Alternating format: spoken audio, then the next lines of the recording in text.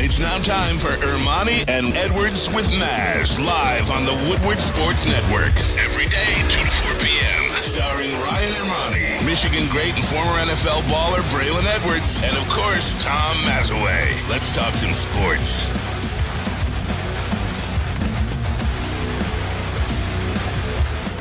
And here we go. Isn't that how Ryan Ermanni does it? Welcome to Ermanni and Edwards, featuring Tom Mazaway in the Maz chair. My name is Stick, filling in for Ryan Ermanni today. That, of course, is the great Braylon Edwards, known to be a hero for all that are in trouble. Braylon is there to protect you.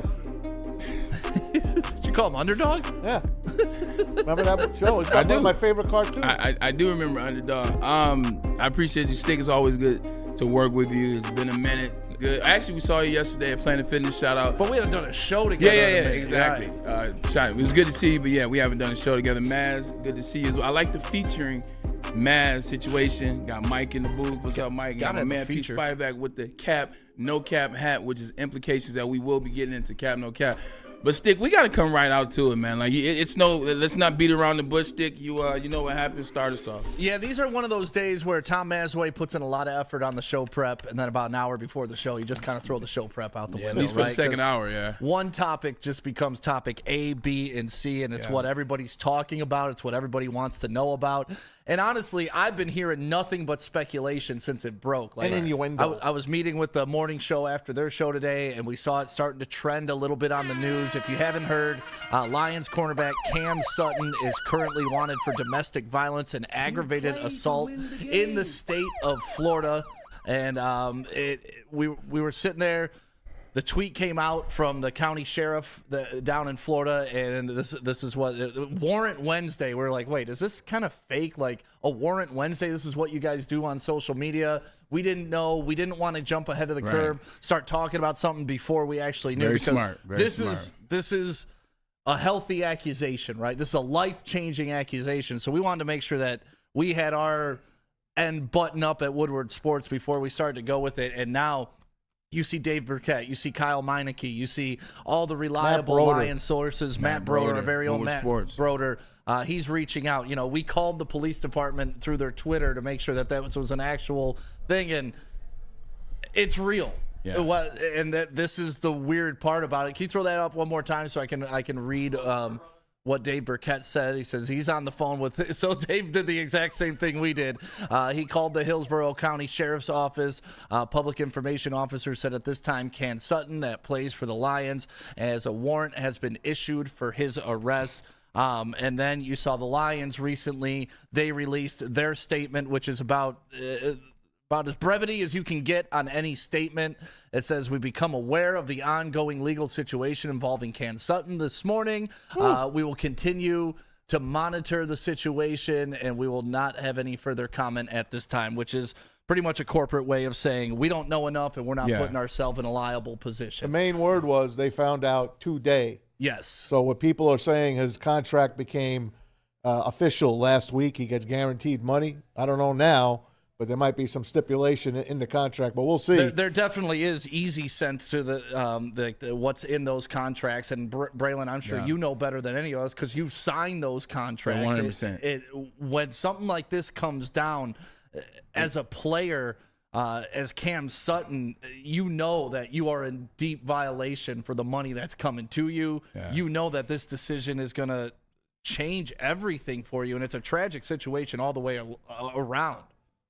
Yeah, 100%. Yeah, using situations like this, there are nullifiers in your contract, the nullifiers, things like this. When you do things against the franchise, against the organization, they can nullify your contract and not have to pay you anything. And then in the NFL, in terms of the salary cap, they won't be hit, they won't be charged with dead money, or they won't be penalized for the money because of the situation. It's a legal matter and it's a serious matter.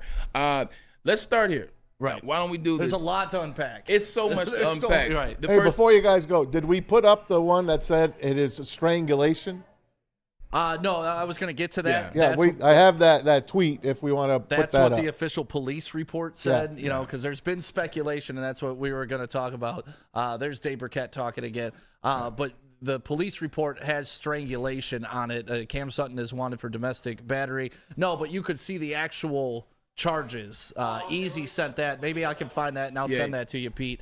But there's been speculation. You've heard that he threw a woman out of a third-story room in a house. I knew that was BS. And then you see the picture of the house. It doesn't have a third story. So this is Cam where Sutton ain't living in that house. this is where, as a fan and as a reporter, it kind of gets kind of weird because now you're just hearing hearsay. Like, oh, but on the police report, it says strangulation, so we can assume at least that that's the charge. Yeah, 100%. So, yeah, like you said, third-story floor, that sounded a little far-fetched, but, hey, you always have to just take it with a grain of salt. Then it came out the strangulation. That's what's actually on the police report, so that's not what we're dealing with now. Look, I always believe this, man. It's not because I'm a football player. This is just because how I live life. It's supposed to be this way. Innocent till proven guilty. Yep. Innocent till proven guilty. We've seen a lot of situations, and this is the report that tells you it is strangulation. Correction, Sutton. This is the HCSO. This is down in Hillsdale County. Correction, Sutton charge update. Cam Sutton is wanted for domestic battery by strangulation. It was originally relayed as aggravated battery. Appreciate that, Pete.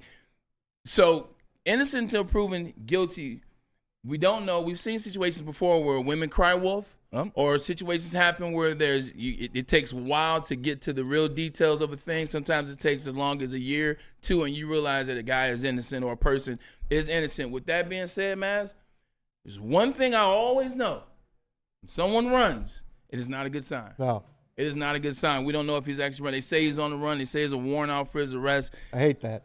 That's the part. I mean, but it's Florida. Florida is such a tricky place, too. Like, nothing good happens in Florida.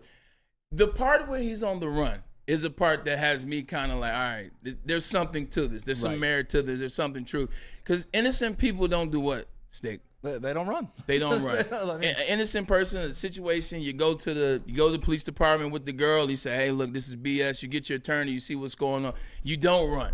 You don't run, but apparently he's been on the go now since Wednesday or Thursday. So yeah, and I'm not even going to begin to try to get in Cam Sutton's head. You know, not at all. Maybe he's scared and that's why he runs. That the possibility too, facing the law in any situation. Yeah. And you know this, sometimes even if you are innocent, you can some things look bad optic-wise, and you can be perceived as guilty. And that's what's really tough because I always want to give somebody the benefit of the doubt that I would want. Yeah. But I also probably wouldn't put myself in this type of position either. What I want to take the angle at with you, though, specifically, Braylon, is because you've been in these NFL locker rooms. I'm sure you've been there when some players have had legal issues. I don't remember off the top of my head. But how does this affect the locker room as a teammate and also just as a culture? Like, are you guys on the phone with each other? Like, damn, man, you hear about Cam. You see what's going on. Are teammates trying to reach out for them? What kind of shockwaves does this send through a locker room? Yeah, I think the initial thing is support. I think you initially come from a place of support, especially when it's alleged and it's a situation where it's not known to be true. As of now, you haven't talked to the girl. We haven't even heard from the girlfriend, if you will. So in that locker room, man, you want to support your brothers. Like, you guys go to war together. Right. I know people don't like that metaphor, but they've been using football Get war over for it. years. Right. Thank you, please. Get over it. Like, you go to war together on the field, off season. You guys are in each other's weddings. Like, you learn your kids play football together or play soccer and go to school together. So you come from a place of support. And I'm pretty sure the Lions have reached out to our Lions players, have reached out to him and said, hey, what's going on? Is there anything you need? Right. Let me know. I can be there for you as a brother. I mean, this is a tough situation. What about like a Brad Holmes, who's the GM of the team? He's in charge of the contract, which, you know, this is a domestic violence thing, and we're talking about contracts, which, whatever. If you want to be offended by that, fine, but this is the cost of doing business as well. This is part of it. The only reason we're talking about Cam Sutton is because he's an athlete. Because he plays for Detroit Lions. Exactly. If this was Bill from down the street,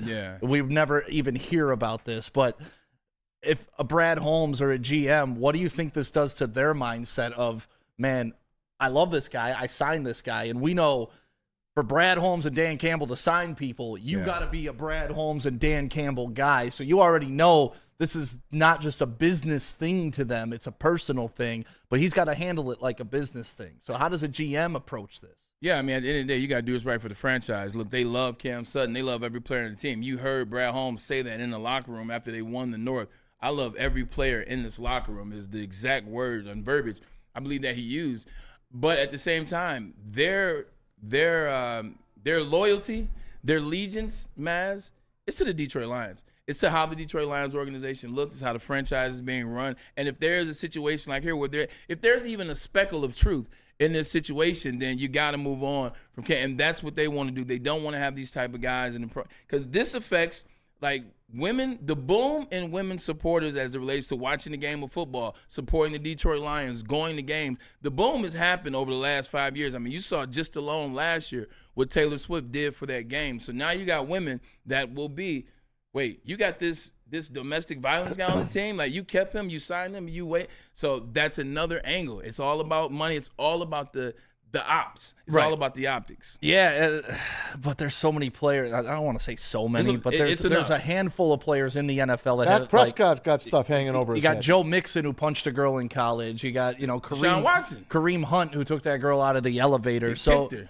Yeah, I mean, that's Deshaun Watson. Like, he's still in the NFL. That's all alleged. Like, I have video of the other ones. Okay. Deshaun Watson, once again, until it's guilty in a court of law, guilty by public opinion, we can all agree it's suspicious what happened with Deshaun Watson. I give you that. But am I going to put it on the level? I saw Joe Mixon punch a girl at the bar. Like, I saw Kareem Hunt. It was a McDonald's, actually. Either way, he punched her. That day. Right. But, Maz, what do you want to say about this? Cam Sutton this is not his MO. This is not a guy you look at. We've spoken to this guy. He's been with us now for a whole season. Came over from the Steelers. Never had anything bad happen to him then. So I'm going to wait and see what the heck what's happening here. It just doesn't look like it doesn't seem like this guy can do that. Coming from a family of all women, he better not have done that. And if he did that, I don't think he'll be a Lion anymore. I don't think he'll be a Detroit Lion anymore if they prove he did what they're saying he did. Once again, it is alleged. At this point, we don't know if it's true. So we here at Woodward Sports, whether it's Stick, whether it's Maz, myself, we are operating from the space that we're waiting to get more details, 100%. Just looking at it from this point, though, it's crazy. The world is crazy, Maz. Yes, it is. Like, the world is crazy. Like, and I'm going to deviate from Cam just for 2 seconds, but I'm going to get back, I promise you. Did you hear about the Utah football player? Former Utah football player, I can't believe his name is Blaze Taylor. This man's girlfriend told him he was pregnant. She was pregnant. He told her she didn't want the baby. She told him, "Well, it's tough. I want to have this baby." He poisoned her. As a result, he poisoned her. Guess what happened? They both died. The baby and he died. A friend of mine, won't put a name out there, a friend of mine, well known in the community, does a lot of work in Detroit for the city, for the mayor, for other people involved. Like, she just recently got married last year. Her boyfriend secretly touching her up, secretly doing things, and eventually got to a situation where he put hands on her, his marks everywhere, his bruises. It was a news story. Like, what's wrong with people? The situation at the Y, 20 years old, right? 82 years old, right? What's going on? I'm watching this special, Quiet on the Set, which is the Dan Snyder special. I ain't watching that. Don't watch it, man, because you have daughters. Yep. He's the exec from Nickelodeon that came up with shows like the Amanda Bynes show and all that, and Drake and Josh, or all these shows. All these predators and pedophiles on this show, and they just let it happen. The execs let it happen. So just getting back, Dan Snyder's, when he was going through court, or not Dan Snyder, but Brian Peck, who worked for Dan Snyder, he was accused. He went to jail. But he had all these Hollywood people writing him references, and this is how I bring it back to Cam, man. You know what all these people said? 41 letters they sent the judge, and all of them, he would never do this. Yeah. He doesn't have this type of character. Not Brian. Couldn't be him. I've known him this long. I've known this about.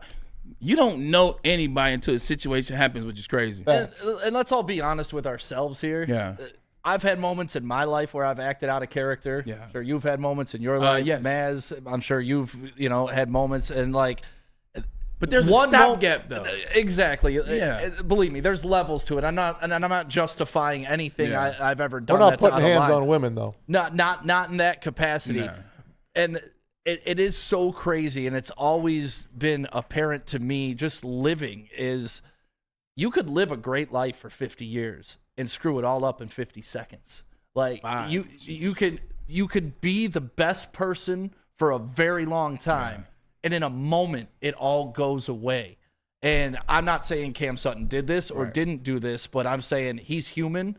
We all have those moments. And just because he has been a good guy up until this point doesn't mean that he didn't hit some breaking point or some nerve got touched and he turned into a different person for that moment in time. Now, does that push this aside and say we can't hold him accountable? No, you are always accountable for your actions.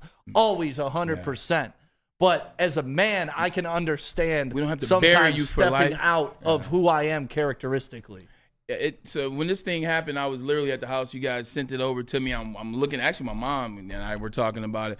But I'm talking about it with my girl, Brittany. What's up, B? And she said the same thing. She said, and that's why I don't like arguing. You never know what can happen to a person in a space. You don't know what she did, first of all. I immediately got offended. I was like, I do know. I know I wouldn't put hands on my lady. I know I wouldn't strangle you. I know this is at the time where maybe it still said he was pushed her out the window. Yeah. I'm not pushing somebody out the window because I'm arguing. I would never touch a woman. But I'm listening to Stick talk, and I'm just thinking. That was a Future song, by the way. I'm thinking about what Stick is saying right now. Cam Sutton had a bad last half of the season. He had a horrible playoffs. You never know what could happen in the house. You never know what trigger point. And this is, once again, we have to keep saying this before you try to catch a soundbite. We're alleging he's innocent right now. We're waiting to see more details. So we're not saying he did this, but I'm not saying he's innocent or he's guilty. Exactly. I'm just saying this is the situation we don't know. we're talking about. But with that being said, like, you never know what could take somebody to that point. To your point, Stick. What if she said, "Man, that's why you suck"? Well, that might have pissed him off a couple drinks. And it's no excuse. It doesn't matter. And not at all. That's one lesson I've learned in life, too, is it doesn't matter what outside sources do. It's how I react to everything. So it doesn't matter if somebody offends me. Yeah. I mean, I talk to you about it all the time. You get dumbasses all the time hollering Michigan State stuff at you while we're out. I see it on Twitter, people trolling you about past mistakes you've made, but you're a man. You've learned from it. You've grown on. And they're still hanging on to that stuff. And I don't love that type of approach to this. We got to take a break, but when we come back, we got to talk about this more. Yeah, 100%. Because there's like we said, there's layers to this. And a person, also, how does it affect the Lions? Broder brought it up in the chat, and I think this is a really good point to make too. Sheila Ford being a woman in charge in this situation, she's going to have a different perspective on how to handle this situation as well. So I want to talk to you guys a little bit about that. She's got to talk to the girl. But first, let's talk. We'll get into that. But first, let's talk about our man Broder and Wake Up Woodward. It's the brand new morning show right here on Woodward. You got Flannel Sam, you got Kool-Aid, you got Broder, you got KG, you got JB. You got a whole new morning show called Wake Up Woodward, and these boys love to hit the streets. Why am I highlighted as having this read if you're doing it, Pete? Because that's the way we've been doing it, because we have our own system It's okay. as well. Let's just keep reading. Just keep going. We like to exchange reads. I love the Wake Up Woodward show. Brandon Dent, Kool-Aid, Flannel Sam, who I just saw across Woodward Sport. Hey, tell you like this, Matt Broder does a hell of a job. Wake Up with Woodward, 8 a.m. to 10 a.m. It is a new show, but it's got new flavor too. Check it out, Wake Up Woodward. Every year, after a cold and dreary winter, Metro Detroiters come together for two things: Tigers baseball and the best damned party in the world. A new season of Tigers baseball is here, and we're bringing in the new season as only Woodward Sports knows how. Broadcasting live from the biggest party. It's the Grand Slam Festival at the Detroit Opera House. Come party with 4,000 Detroit sports fans, starting with Wake Up Woodward and rolling into Big D Energy. This is a party you don't want to miss, with Detroit's best DJs, food trucks, and of course, shots. Get your tickets now at GrandSlamFest.com. 21 plus. See you April 5th at the Grand Slam Fest. Where's the most convenient place to get that big fitness energy? It's Planet Fitness. Join today for just $1 down, $10 a month. With over 2,400 locations and equipment for every workout, you can get in, get energized, and get going. And with free fitness training and most clubs open 24 hours, everyone belongs in the judgment-free zone. So join today for $1 down, $10 a month, no commitment, cancel anytime. Walk into any Lady Jane's Haircuts for Men for an award-winning haircut experience from one of our talented stylists. Enjoy a precision haircut, hot lather neck shave, scalp and neck massage, and a hot towel treatment to top it off. Enter for your chance to win the $50,000 Perfect Bracket Challenge. With more than 25 Metro Detroit locations, there's always a Lady Jane's near you. Lady Jane's Haircut for Men, open 7 days a week. Walk in anytime. Lady Jane's, it's wicked awesome.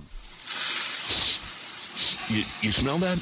That's Brad Holmes cooking. And the off-season smells good. Woodward Sports. Oh, this one's me. Let's do this. The quarterback challenge with Shake Shack. It's going to be amazing with Woodward Sports, and we want to remind you, it's always football season.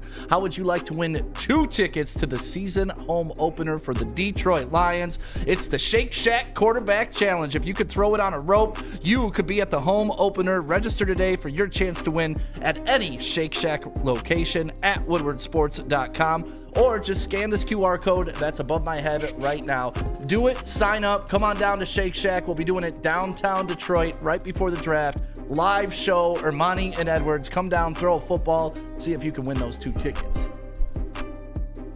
Welcome back to Ermanni and Edwards with Maz right here on Woodward Sports. My name is Stick, filling in for Ryan Ermanni today. Braylon Edwards is up here. Maz is here. Pete, and of course we got Mike in the sound booth. We're going to get into Mike, multi-talented Mike after this. Is that right? Me and Mike had a good conversation yesterday after Planet Fitness. It's about everything. Okay. Mike does everything. Mike's got talent. He's a carpenter. Okay. He does graphics. He does know about audio. the graphics, He does audio. video editing. Mike, I need you. I need a something for the pool.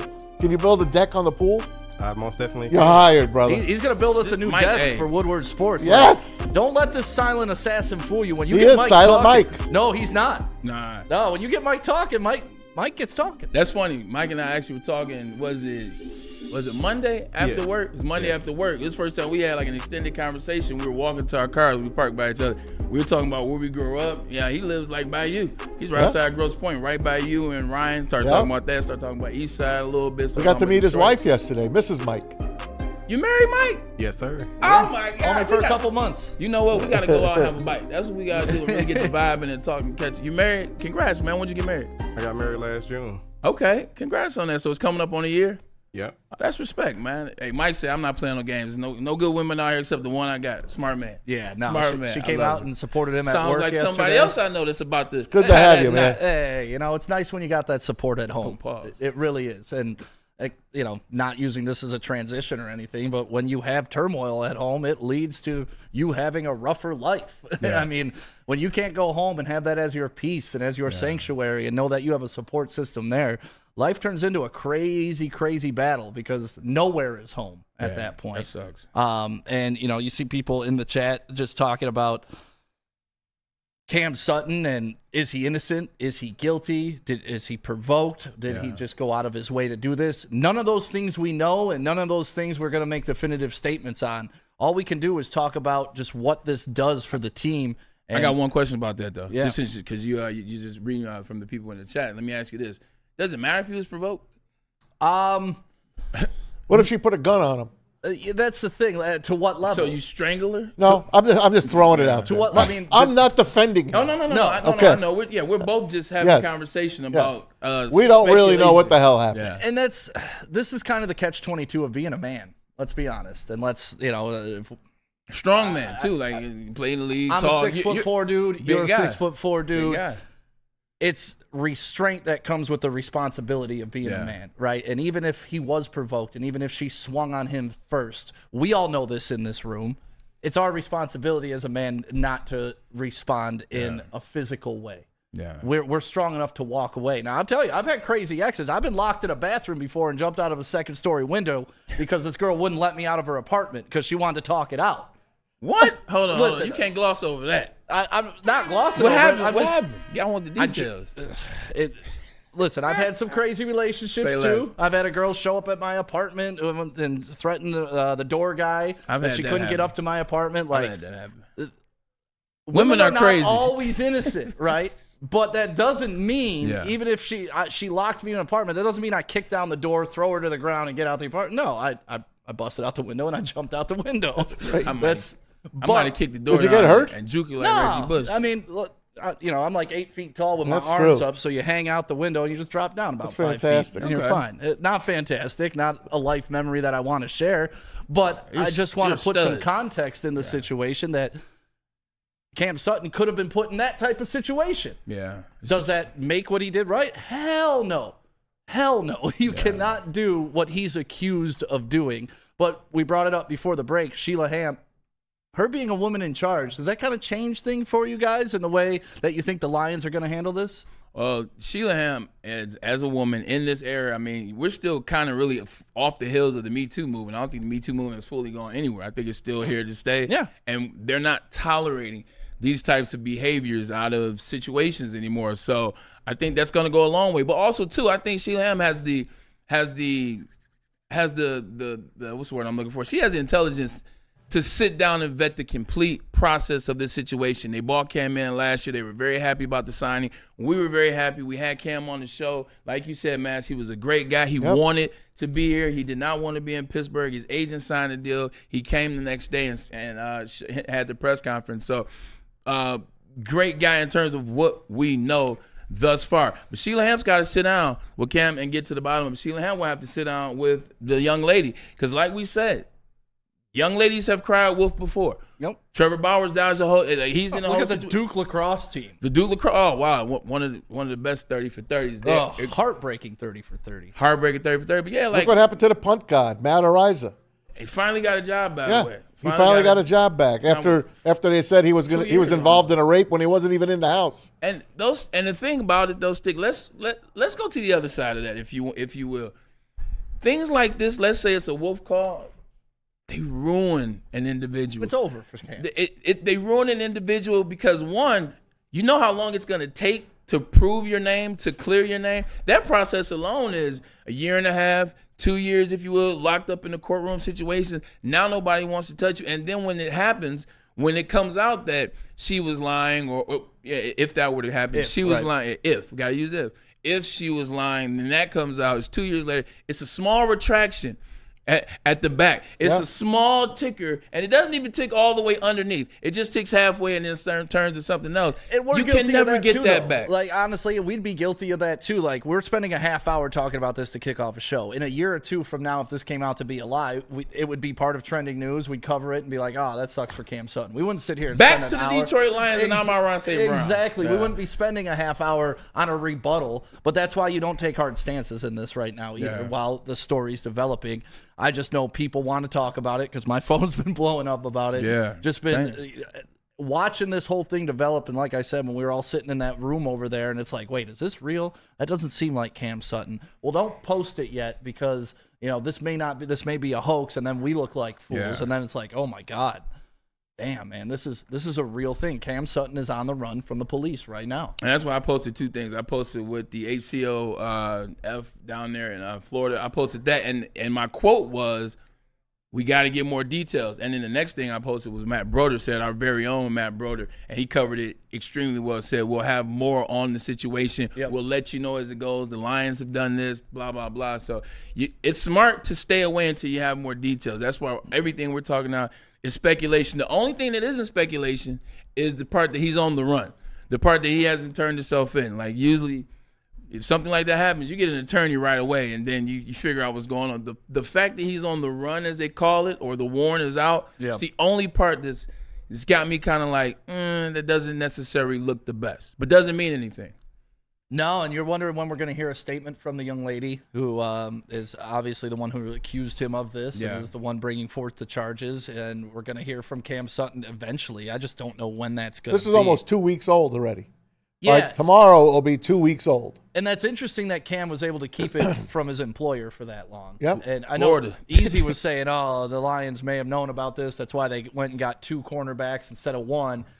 But I thought Ryan Ermanni brought up a great point, too. They wouldn't have let this $2 million contract go through had they known about this. That would have been already null and void, right? But here's the thing. When did it happen? Like, when did the contract get signed? And then when did they find out? It became official, I would think, 2 days ago. 2 days ago, right. Spot Rack had that on. Okay. Jared Goff got a bonus. This guy got $5 something. million bonus, And then Cam Sutton's contract became guaranteed $10 million. I think I just reported on it yesterday or Monday. And I guess we have to wait and see what happens. I mean, at the end of the day, when if the guy's not around. Let's say that she went to the police, whatever. Or when she finally went to the police, it probably takes them a second to see what's going on. If they're going to believe her, take a statement. If they want to, warrant off her arrest, so maybe it did take a little bit more time for them to put something together and say, nah, we need to put a warrant out for this dude. Yeah, and just seeing it as Warrant Wednesday as like a, because we do Wings Wednesday, which, by the way, right now, go win a Red Wings shirt signed by D-Mac on our social media. Like, we do fun things like that. We do Merch Mondays and stuff. For a police department to put out a picture with Warrant Wednesday. But it's Florida. Like, Florida is the Florida Bama or whatever the hell they call it. Like, right. Whenever you hear a wild story, like whenever they just tell you a story and you're listening, if it sounds wild, if it sounds crazy, just guess Florida first, and you're going to be right 80%. But they had to have known he was a Detroit Lion, right? Yeah. Like, the way they released it was like he was just something else happened. Maz, and correct me, I don't want to cut you off, and I know something else happened with this police department or with Florida with another football player. Really? I'm sure it's been a few of them. It was a big, it wasn't Antonio Brown. It was somebody else. It could have been him anytime. He's all over Florida. he's got warrants all over. Put that on. Put that. AB. Yeah, but this same police department, something happened in the sports world, I want to say last year, same one, and it was weird too. It was a weird deal. Maybe it was AB. I don't know. Cody Ingle putting Florida sheriffs are making TikToks from arrests. So, I mean, maybe it's just what they, like you said, maybe it's just what they do in Florida. It's a weird place. That's why even more beyond a shadow of a doubt, we got to wait for the details. Because you're going to mess around and say something and start crucifying this man, and he's going to mess around and be on the opposite side. But that police department had to know this specific tweet was going to blow up, right? Because, I mean, I'm sure they do, like, I'll have to go back through their Twitter or whatever, because if they're doing Warrant Wednesday, they've had to have done this a million times. And I wonder the response they've gotten to this compared to other ones. Also, it makes you think if there's just some weird thing going on with Florida that they wanted some clout with it, too. I told you, I don't believe nothing that come out of Florida. Nothing that comes out of Florida. But also, this is what happens. This is what comes with, you know what I'm about to say? Being an elite team. In a professional elite team, the Detroit Lions are the fourth best or third best. I think somebody just did a power football ranking. They're the third best team in the NFL right now. When you're a really good team, things come out like this, people want to shoot it out faster because, like you said, you'll gain more traction. If they were playing for the Carolina Panthers, may not ever heard about it. Yeah, it's may not ever heard about it, but you're talking about a DB on a 3-year contract worth upwards of $20 million or so. Last year, they made an NFC Championship, and they almost made it to the Super Bowl. Sounds like a story I want to hear about. Tell me more. I think we're hearing about it no matter what. If it's NFL related, true, but it's on there. It's on the police blotter. But usually, TMZ will get a hold of it or something like that. Yeah, it's surprising that it's lasted almost 2 weeks. Yeah, then nobody's reported on it until these guys decided to release a tweet. We live in a new age. Yep. I mean, that's TMZ can't do anything until they get. They could have the police report. Yeah, but maybe they didn't. The police report wasn't filed a certain way, or they held off on the police report because of it. I don't know. We're going to be joined by Matt Broder in a couple of minutes. Oh, good. Yep. I'd love to talk to Broder on this. And we were all sitting in the room together when it broke, and Broder's about as professional as it gets. Plus, he's the Lions beat reporter. He's you and mine. Who's got Planet Fitness? I do. Braylon, why don't you tell us a little bit about Planet Fitness, where we were yesterday in Redford, which, by the way, what a beautiful place. Great place. Great place, man. Planet Fitness has really stepped their gyms up over the past 8 years. Each year they get better. They add more machines. They get cleaner and cleaner. In fact, they're squeaky clean. Also, as all these other gyms are raising the prices, $20 here, $40 here. Heck, I know some gyms charge $100. Planet Fitness has stayed true, $10 a month. And also, they got the Purple Fruities, man. I'm a fan of the Purple Fruities. $10 a month. Those are good. Your fitness is essential.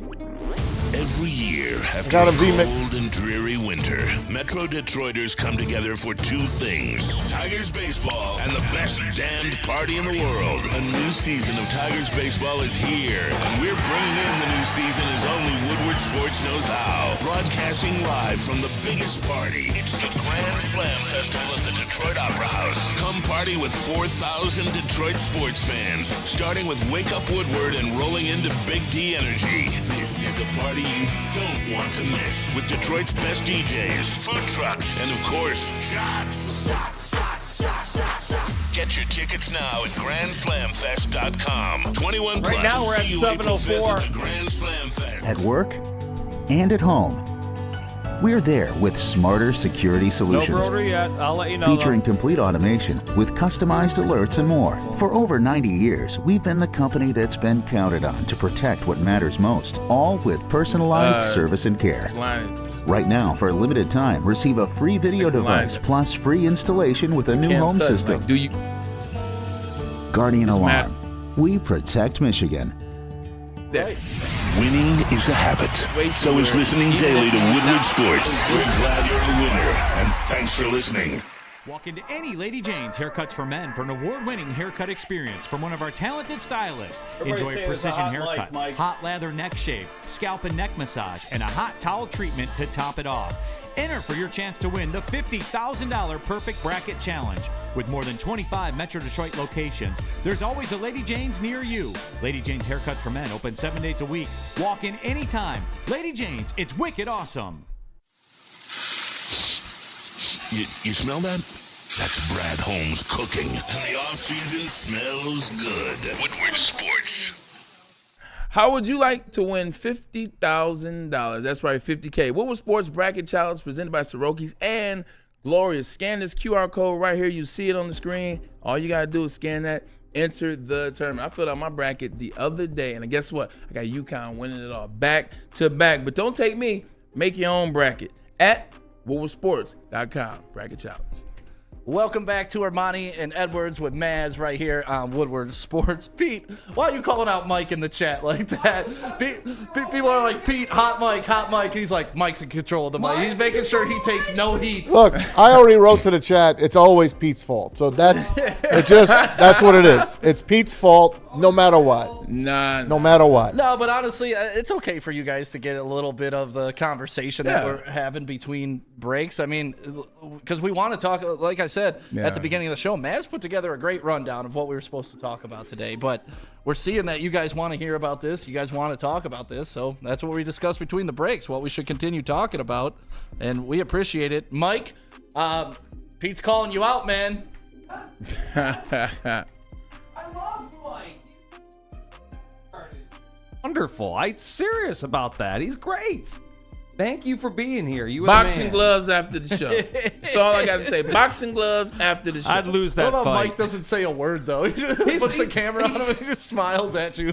Silent. Hey, I know those types. Silent killers. Yeah. Silent but deadly. Silent killers. I'd lose that fight anyway. So that's you heard what we were going to talk about during the break. I mean, it's more Cam Sutton stuff. Broder's going to check in with us and have some official reports on that. Broder's on right now. Let's bring on Matthew Broder, our Lions beat reporter. Live from Planet Fitness. Oh, getting the workout in afterwards. Look at there he is. Let's go. What's you got up, me bro? right in the middle of my hour to get to Planet Fitness and enjoy the gym. You can see it back there. It's a phenomenal place. I know this is a tricky situation we're dealing with, but I'm happy to join you guys. Thanks, man. So, Broder, I mean, I told everybody that we were talking about this, like we were discussing when this first broke. Is it real? We got to follow up with sources. We got to make sure, because we're not going to put Cam Sutton on blast here at Woodward without having some actual things following up. And then in the coming 30 minutes, we started to see that this is a real story. He is on the run. The police are looking for him. Apparently, they've tried to reach out to him, and he's not in a Bronco, though. He did not respond. Yeah, he's not in the OJ Bronco. But Broder, you have a closer connection to the team. I'm sure you've reached out to them. We saw their quote, which is about as vanilla as a quote that you can get on this. Any other information coming out of Allen Park, or anything else that we can fill anybody in on? Honestly, that is it. They're trying to keep it as closed-lipped as possible until they truly know all the details and can confirm it with the police, with the NFL, with everything that's going on. The fact that Cam Sutton is still on the run, missing, however we want to describe it, that's where the questions start coming up. It doesn't look good, but you just hope that he's, not to defend his actions, you hope that there's nothing more serious going on, whether he's dealing with mental illness, whether he you just hope that he didn't harm himself or harm others while this serious thing is going on. But no, the Lions are taking this really seriously. They did just find out about it today, and I truly believe that. So we'll see over the next probably a couple of hours, or if not 24 hours, sort of what comes of this. But it was a surprise to everybody. Yeah, Matt, and like you said, a heck of a job by you being on top of the situation from social standpoint and from talking to the Lions. Great job by you, but as always, this is what you do. The immediate thing, talking about Cam Sutton, at this point, whether it's true or not, let's not try to sit here and figure out if it's true or if it's not true. Where do you go from the Detroit Lions with Cam Sutton? Because you can't have this situation looming for a very long time. You are a franchise that operates. You don't get players like this. You don't put your franchise in a situation like this. But here this player is and here this situation is. Do you move on, or do you think the Detroit Lions move on in this situation from him before finding out? Yeah, I don't believe that they move on before finding out, before going through the proper protocols or processes that either they have in place, the NFL has in place for situations like this. The tricky part, actually, I don't think the decision will be tricky to move on. The tricky part about it all is they brought him in because he has a reputation of being the complete opposite of what's going on. I mean, we heard him on Ermanni and Edwards, on your show, Ermanni and Edwards with Maz about a year ago when we signed. Yeah. You couldn't have more of a guy who this opportunity meant so much to him. He talked about he got the offer from the Lions and took it. He was in tears. This is a life changer for him and his family. And just about everything he said since then has been perfect. And I think I put in the chat earlier, from getting to know him in the locker room and getting to know how respected he is. If you asked me if there's one person in that Lions locker room that wouldn't be involved in a situation like this, it's Cam. So it's a surprise. This is a glaring surprise that not only he's caught up in this, but all the details surrounding it. But from the Lions' perspective, they're going to have to move on. And his contract, it's not outrageous in terms of the cornerback market, but in terms of how he finished the season, how he played last year, it became an expensive cornerback contract. So if there's a way they can get out of it, I expect them to do so. They were going to target a cornerback in the draft. If not another free agent already, this may mean they either target a cornerback earlier, move up for a cornerback, or get a free agent and a rookie. I think, fortunately, Brad Holmes has set himself up where in this draft he can do anything. This is just not a good reason to have to pivot or be able to pivot, if that makes sense. It does. It's funny you bring up how he played the end of the season in the playoffs. Maybe she said something to the tune that that's why Puka Nacua cooked you. I don't know. It could be along those lines. You never know what triggers people. Yeah, it's you don't want to assume what's going on in somebody's head, but it seems like some form of, maybe not mental illness, but a reaction, a split second, something. You hope he's not dealing with something serious mentally. Whether that's football related or just his own mental health, what something like that and all the comments he was getting could do to a player like that.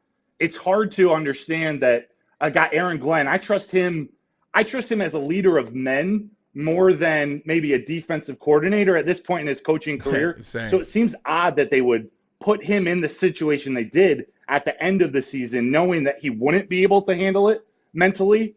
But again, every human's wired differently. We don't know what caused him to do this or react like this or whatever the chain reaction is to come.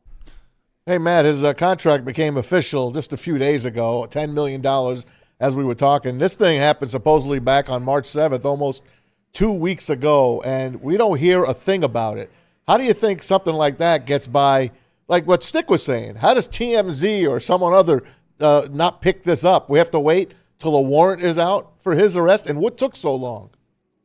It seems odd, and I don't have an answer for you. My gut reaction is that there's something in along the lines of the jurisdiction that this Florida Police Department has. Are they allowed to contact the Lions team? Like, before they put something out on social media, it's been 2 weeks before they put out warrant Wednesday. Don't you think they would have contacted the team? Yeah. That seems like common sense, but there could be, police legalities that I'm just not aware of that prevent them from not only making this public, but from even contacting the team. That's my best guess.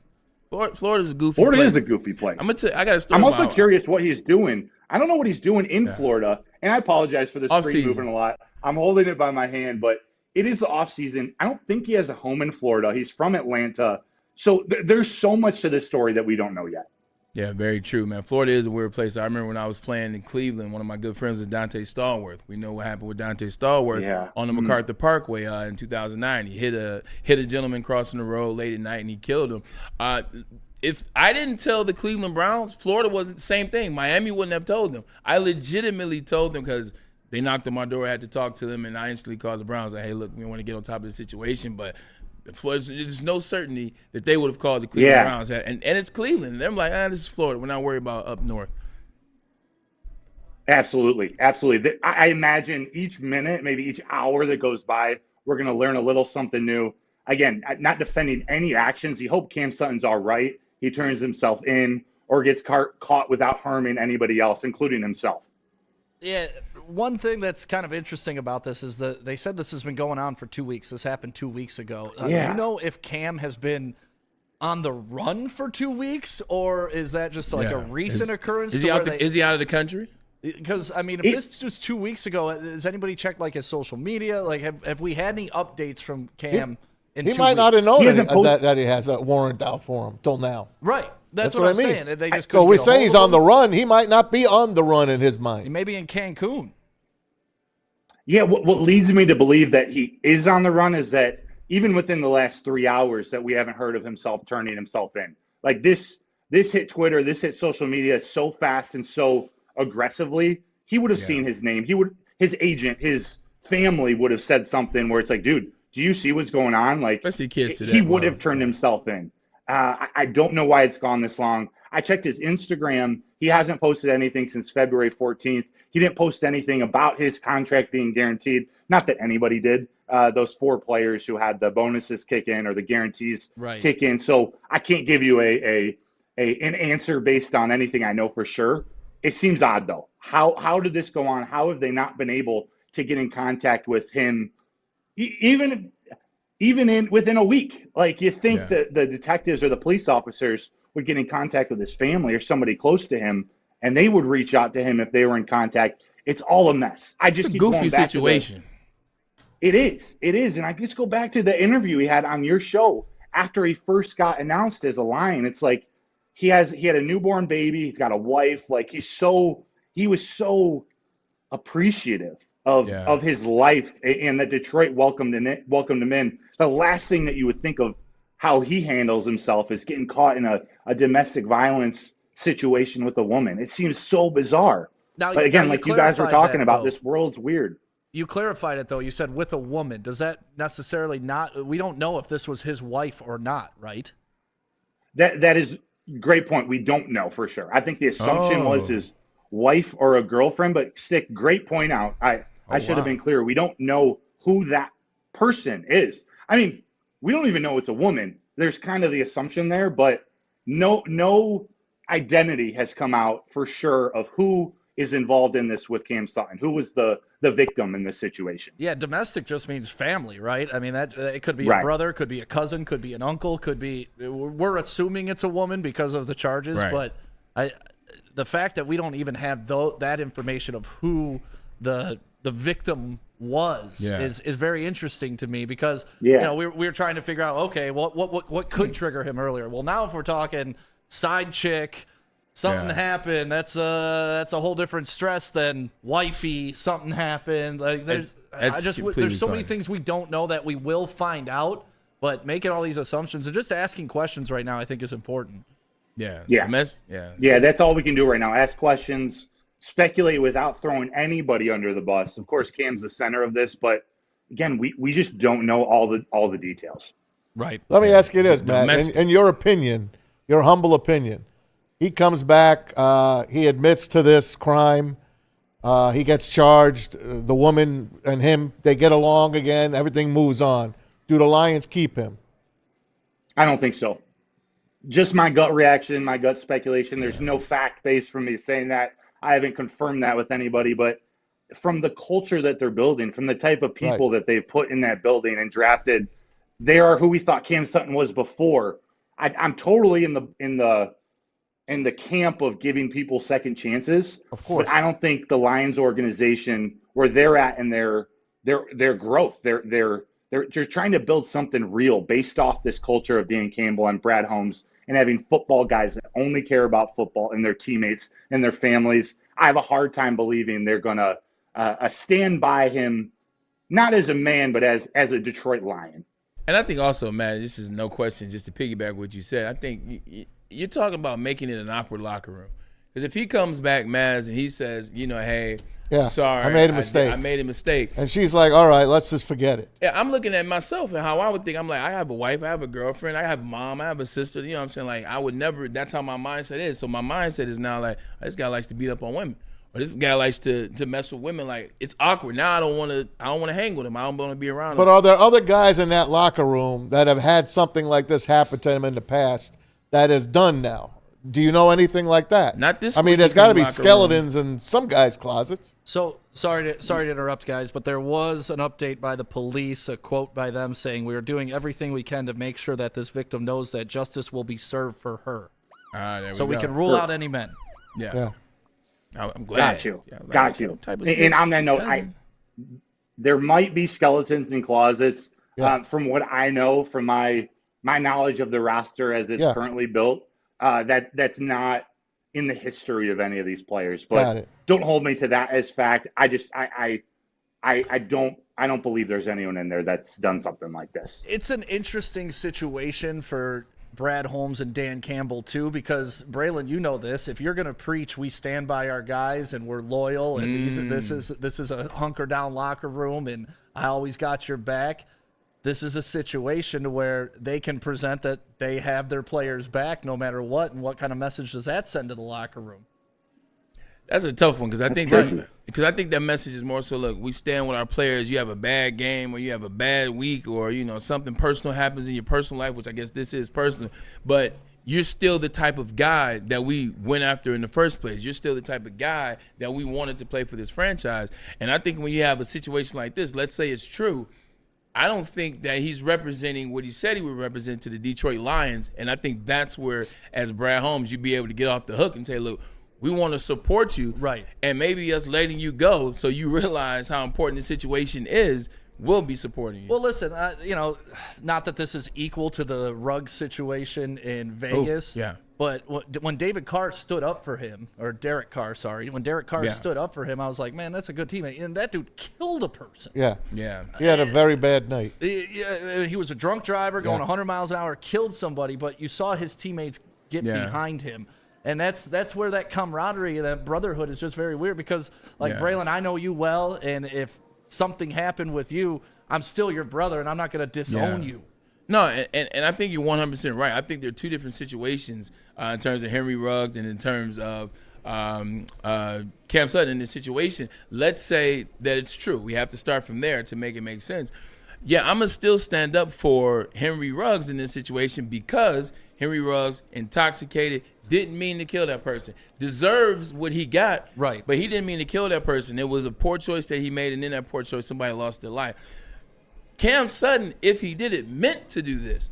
So at the same time, I'm going to still support him, say, yo, Cam's my guy. He's a great teammate. This situation, he's just going to have to deal with what comes, man. But I hope he makes it out on the other side. That's the support he would get out of me, same as I would give Henry Ruggs. One meant to do it, one didn't, though. Yeah, it's I think there's a difference in supporting someone as a teammate or as a friend and a human. Everyone in that locker room, they're in there because it's the Detroit Lions' goal to win a Super Bowl, and that's how all of those men and women in that building are creating their lives, supporting their family. So when you start doing things that affect that goal, it's okay to still support that person off the field, just maybe not as your teammate. Yeah, I agree. All right. Well, thank you for your time, Broder. If anything breaks, please don't hesitate to call in, text, just to let us know what's going on because we're doing a live show right now and people are getting the information as it comes in. So whenever you get something new, let us know. If the Lions give you some more information, please let us know. But we appreciate your time at Planet Fitness. Pete, tell us about the merch, baby.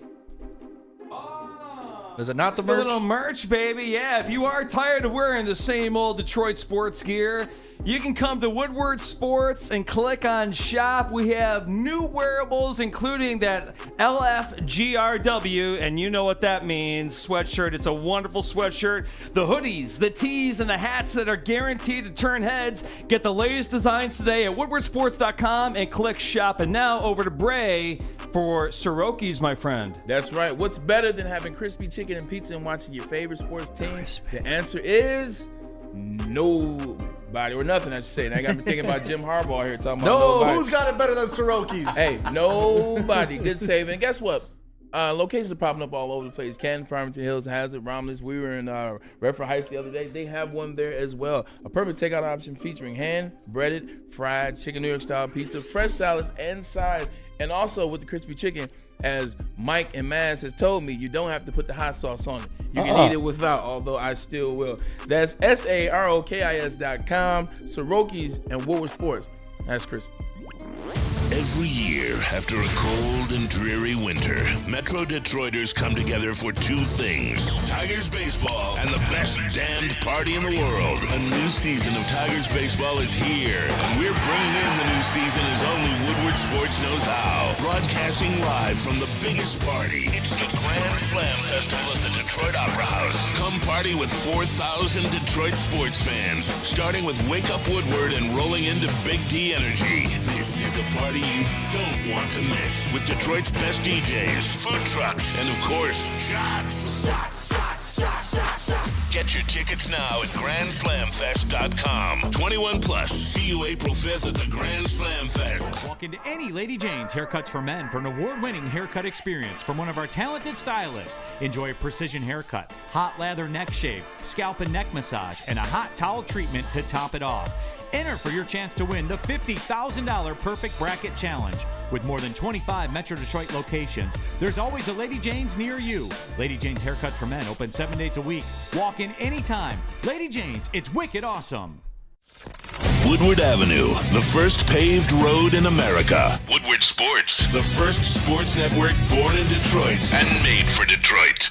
Where's the most convenient place to get that big fitness energy? It's Planet Fitness. Join today for just $1 down, $10 a month. With over 2,400 locations and equipment for every workout, you can get in, get energized, and get going. And with free fitness training and most clubs open 24 hours, everyone belongs in the judgment-free zone. So join today for $1 down, $10 a month, no commitment, cancel anytime. You have an opinion? Make sure it's seen and heard. Corner, jumper, Tweet us, hop on the YouTube chat, slide in the DMS at Woodward Sports on all social media. At work and at home, we're there with smarter security solutions. Featuring complete automation with customized alerts and more. For over 90 years, we've been the company that's been counted on to protect what matters most, all with personalized service and care. Right now, for a limited time, receive a free video device plus free installation with a new home system. Guardian Alarm. We protect Michigan. You smell that? That's Brad Holmes cooking. And the off-season smells good. Woodward Sports. Your pet the best, that's right. You know it. Premier Pet Supply. Hands down, Michigan's best pet store, family-owned and operated for over 30 years. 13 Metro Detroit locations, over 60 brands of food at the lowest prices available, curbside delivery if you need it, and they've got nutritionists to answer all of your questions. Don't settle for less. Give your pet the best. PremierPetSupply.com. Hey, and Lady Jane's, you want to get a haircut that I need? That's why I'm wearing the hat today. Make sure you go to Lady Jane's. It's wicked awesome, especially the one right here in Birmingham, 15 Mile in Woodward. You can come check out the Woodward Sports Studios, get your haircut by some beautiful young ladies, and it's a good time, and you walk out looking wicked awesome. So walk in anytime. Lady Jane's. Welcome back to Ermanni and Edwards with Maz right here on Woodward Sports. My name is Stick, filling in for Ryan Ermanni today. Mike is in the sound booth. And we sometimes. When he chooses to be. Sometimes. Mike just leaves in the middle of the break to go get like water. A ghost. Not all.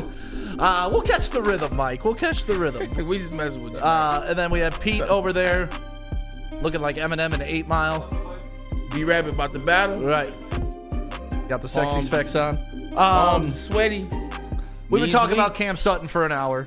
Yeah. I think we've covered all the information that we know. I think we've covered all the questions that we had. Yeah. Obviously, we're going to touch on it again later in the show as soon as we find out more, and even just to kind of wrap our brains around what's happening with the Detroit Lions.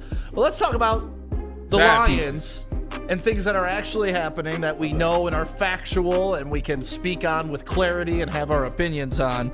Romeo Okwara retiring. He announced yesterday via social media. So the game of football has been the largest part of my life to the greater part of 18 years, 8 of which I've been fortunate enough to play at the professional level, 4 of those with my brother. That's so cool. The experiences, friendships, the camaraderie I have been lucky enough to share with my teammates, coaches, and peers is something I will forever be grateful for. You all mean the world to me, and I will continue to cheer for you for the rest of my life. Detroit Lions organization, thank you for giving this young kid a chance 6 years ago after coming into the league as a free agent. My heart is forever with you in the city of Detroit. I'm excited for what's next as I navigate this crazy transition away from the game. Braylon, Bravo. You had to retire at some moment. How hard is that to type that out? It's tough. It's so tough. I never typed it out. Like, I never actually retired. I just walked away. And I just knew I was through. It's tough, because he's right. And shout out to Romeo Okwara. That's beautifully written. And also, you got a chance to play with his brother. I think you've done something, man, for such a long time. Like, football is not all you know. There's other things that you know, but football is all you truly know. I played football from the age of 12, but I played flag football when I was younger. My dad played football, so I always was around it. When I had to hang him up, it hurt, much like it's going to hurt him. But I think the reason why you're allowed to see this more and more and more is because they're making really good money now. Hell yeah. Like, making really good money. And then also, financial literacy is taught to these individuals. So these individuals are learning where to put their money, how to own franchises, what to do with their money, so that they don't have to be in a situation where they have to play forever, or you're like a punch drunk boxer that has to keep fighting and keep fighting and keep fighting to make those checks, man. Like, guys, 8 years, you're good. You get 8 years, you got a college degree, you take that serious, you have a family. Plus, he always gets injured. This guy's been injured a lot. You don't want to continue to get injured and maybe do something even worse to your body. And how much of the evolution of brain damage, just doesn't that CTE, the investigation into that, just overall health, what's happening with these guys 10, 15, 20 years removed, how much do you think that has played an influence on earlier retirements than we've seen before? Oh, a lot, man. Wes Walker's the guy that happened to. Patrick Willis. You look at Luke Kuechly. Luke Kuechly played 9 years. Patrick Willis played 10 years.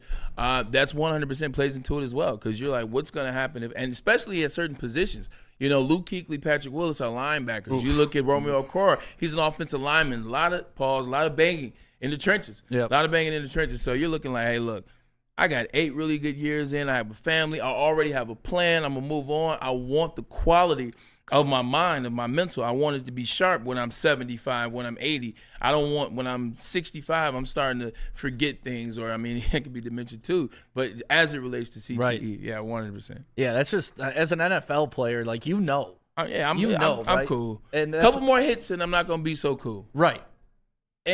But that's part of the gig, right? I'm getting paid a lot of money to play a kid's game, but not at a kid's level. And I'm going up against men who are training every day to rip my head off.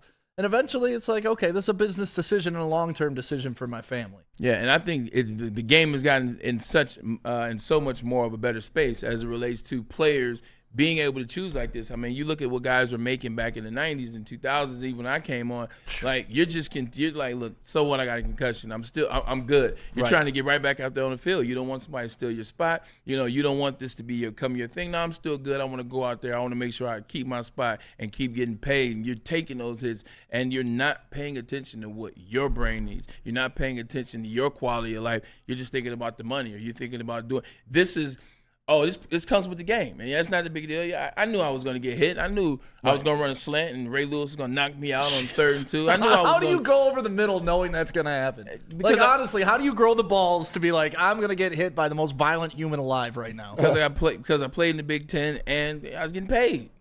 Like I played in the Big Ten. It's a big boys game. That don't mean anything to everybody. No, I mean, it'd take a lot of money to get me to run a crossing route in front of Ray Lewis. Like, this is true, but it's part of my DNA. Like my dad played football, so I kind of grew up in that. Dog. But yeah, 100%. Like it comes with the territory. But that was the mental. It was like, look, I know I'm gonna get hit, but so what? This is the game I'm playing. I'm a warrior. I'm a gladiator.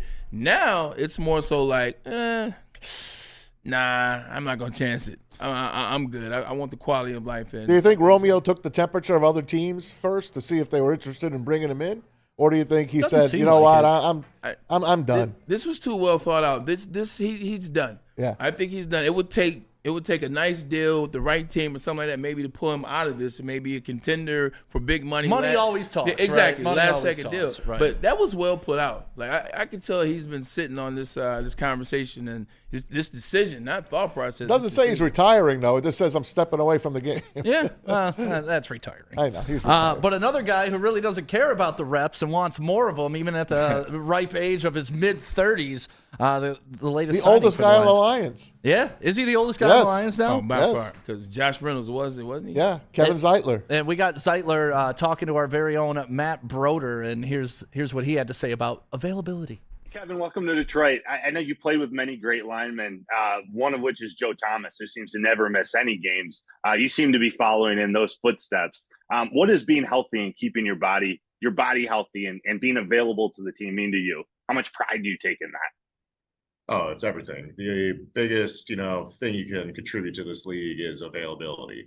Like, no one cares why you're not on the field. You need to be out on the field. So luckily I've had a great body team, great trainers throughout all the way from the start of my career that taught me great habits that I've, like, for the most part, I've been lucky enough to avoid anything major and stay healthy and keep moving and keep going.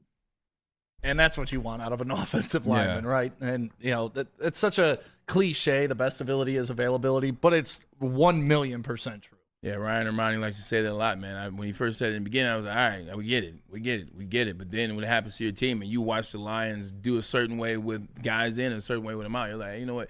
You're absolutely correct. Zeitler's a dog. Like, you can just see it. And I think we say that a lot about guys that are coming here from Brad Holmes' free agency. He just looks like a guy who wants to play lineman. He looks like a guy that wants to do things a certain way, man, and just be about football. Like, that's the type of guys that you want to have, and that's the guy that seems like Zeitler also made the Pro Bowl last year. They got a good guy. They got a good guy in Zeitler. I mean, between him and Glasgow, the two of them are going to make just under $13 million. And Jonah Jackson signed for $17 million a year.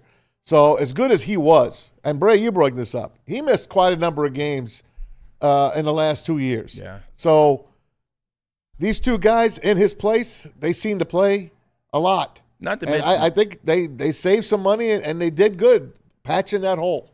They saved some money, 100%. They saved. You still got Yodi too. You do. You save some injuries, but also too with Zeitler. Zeitler's no slouch. Zeitler made the Pro Bowl last year. Also, he's better in the pass protecting than Jonah Jackson is. Yeah. Jonah Jackson a little bit better maybe in the run game, but you got a guy that can play this game, and also you got a guy that's going to play right. So now you know what you can do is you slide Glasgow over, which is why you signed Glasgow, and also Glasgow's a guy that during the season when Frank Ragnow doesn't play those 17 games when he plays 14, you got a guy that can even go to center. So I think it was a calculated move by Brad Holmes to sign him that way. Well, now if they want to go guard in the draft or tackle in the draft eventually, because you got to replace Decker if you're not going to re-sign Decker and Sewell, like, it just opens up so much flexibility. Pete, you had something to say?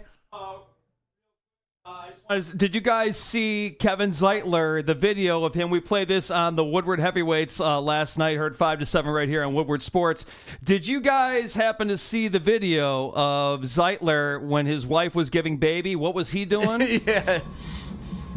He was taking sets. He's taking sets. You got to love it. Listen, man, that delivery room gets there's nothing for a dude to do. Like, I just went through it in February. I brought Madden. I was playing Madden. She's sitting there, like, having contractions. I'm like, let me know when we're ready. What do you do? But that's what you want to see. Like, that's a football guy. Like, that is hilarious. And the thing that makes it even more hilarious, this is year 13. Like, this is year 13 for him. Like, it's not like he's some young guy just got drafted or some guy in year 1, year 2 that's still really – this guy has been playing for a while. He's getting those reps in. He's letting you know, Detroit. I love it. He's Ray Moss. He owns it.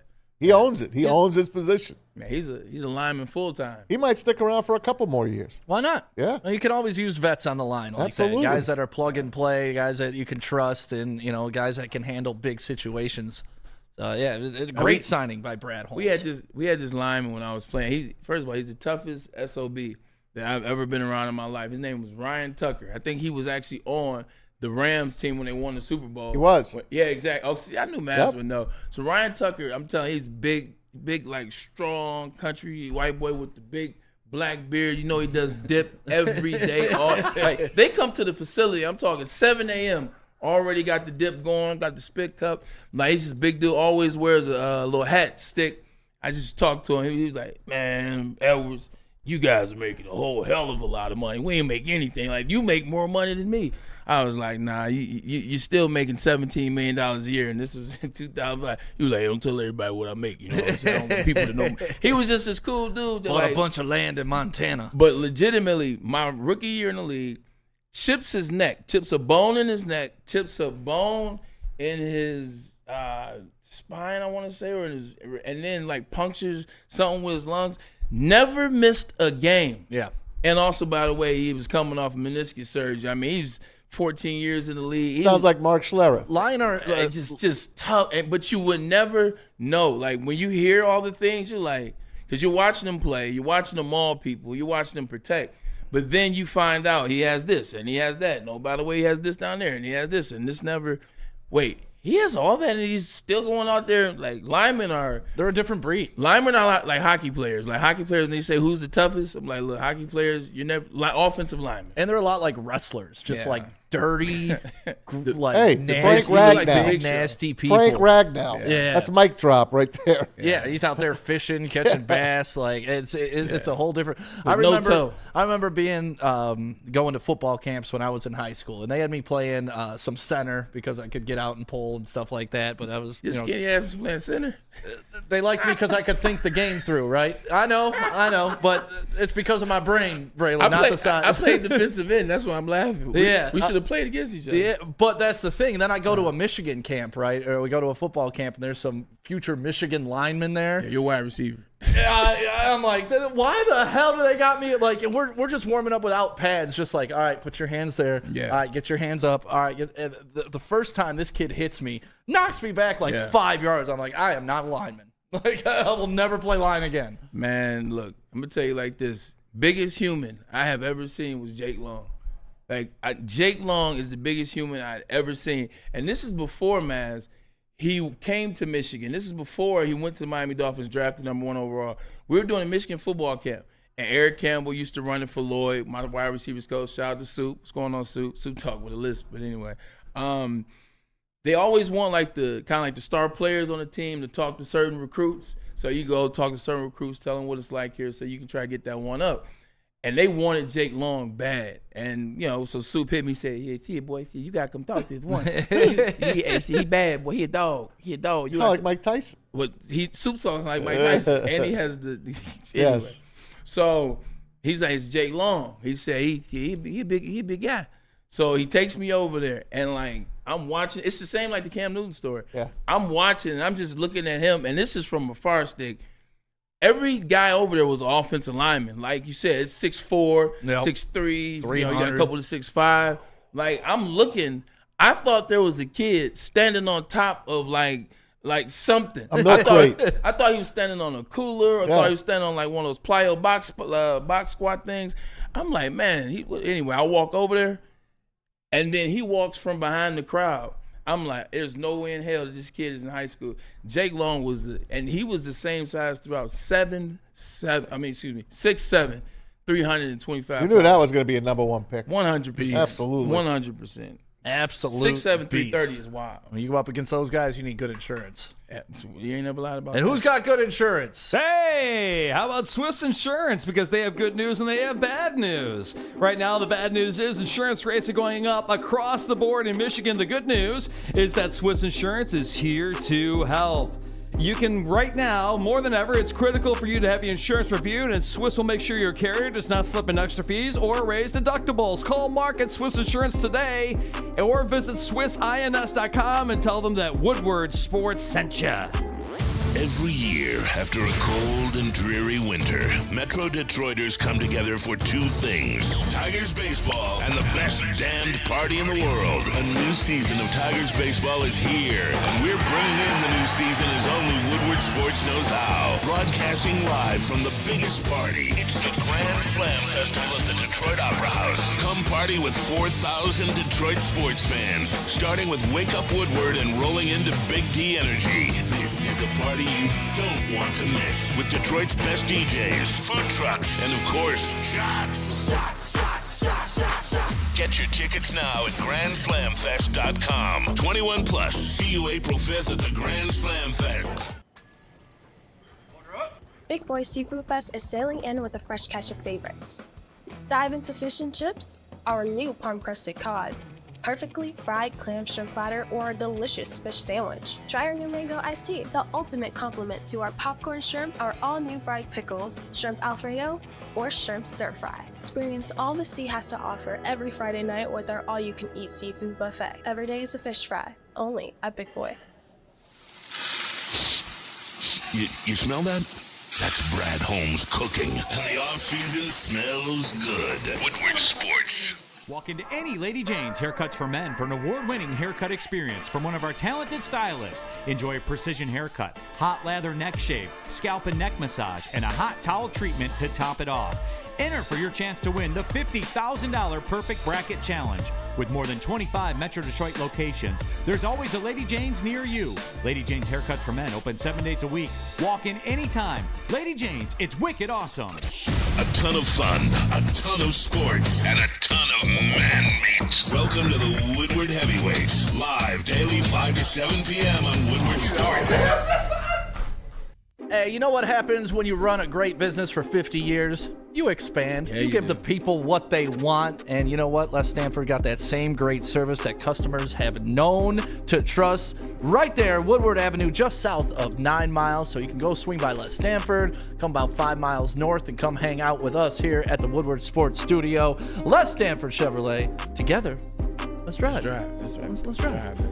All right, man, you got some good stuff in the prep. We were talking about, where is it? The NFC North, right? Yeah, we got the NFC North Group. NFC Before North. we get into this, I just you got something? I just need 2 minutes. Can I just take 2 minutes? Take as much as you want. Well, I don't want to spend too much time on this because I don't really love addressing the competition. But, you know, like, it's the elephant in the room. 97 won the ticket. Is our direct competition. Got a lot of respect for Mike Valenti. I think he's a fantastic on-air personality. That doesn't mean I have to agree with his opinions. And the flip-flopping that I have heard in the past 2 weeks on that show is sickening to me.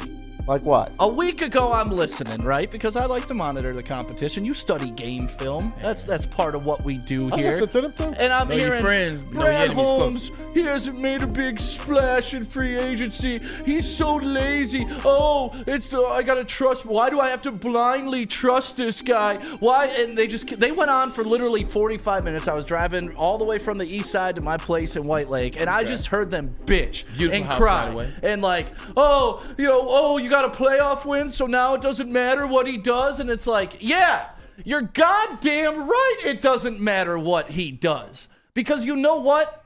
I've been preaching this for about a month now. Brad Holmes is smarter than me. He's smarter than you.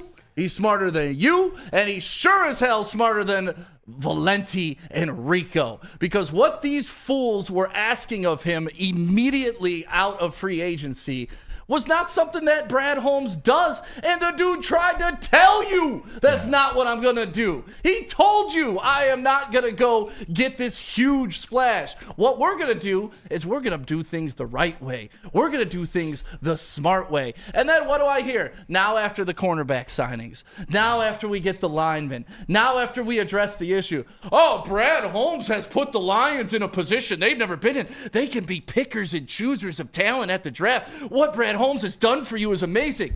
You're damn right. And if you idiots would have sat around for a week and understood that Brad Holmes has a plan that maybe your dumbass isn't privy to, all right, you would have been here with us. You just got to pull back and understand Daddy Brad Holmes is in control.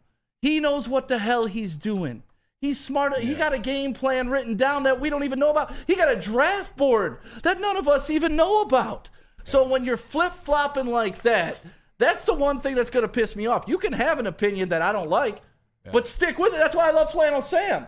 Flannel Sam and I disagree about a lot. Maz and I disagree about Penei Sewell and Micah Parsons. But you know what Maz doesn't do?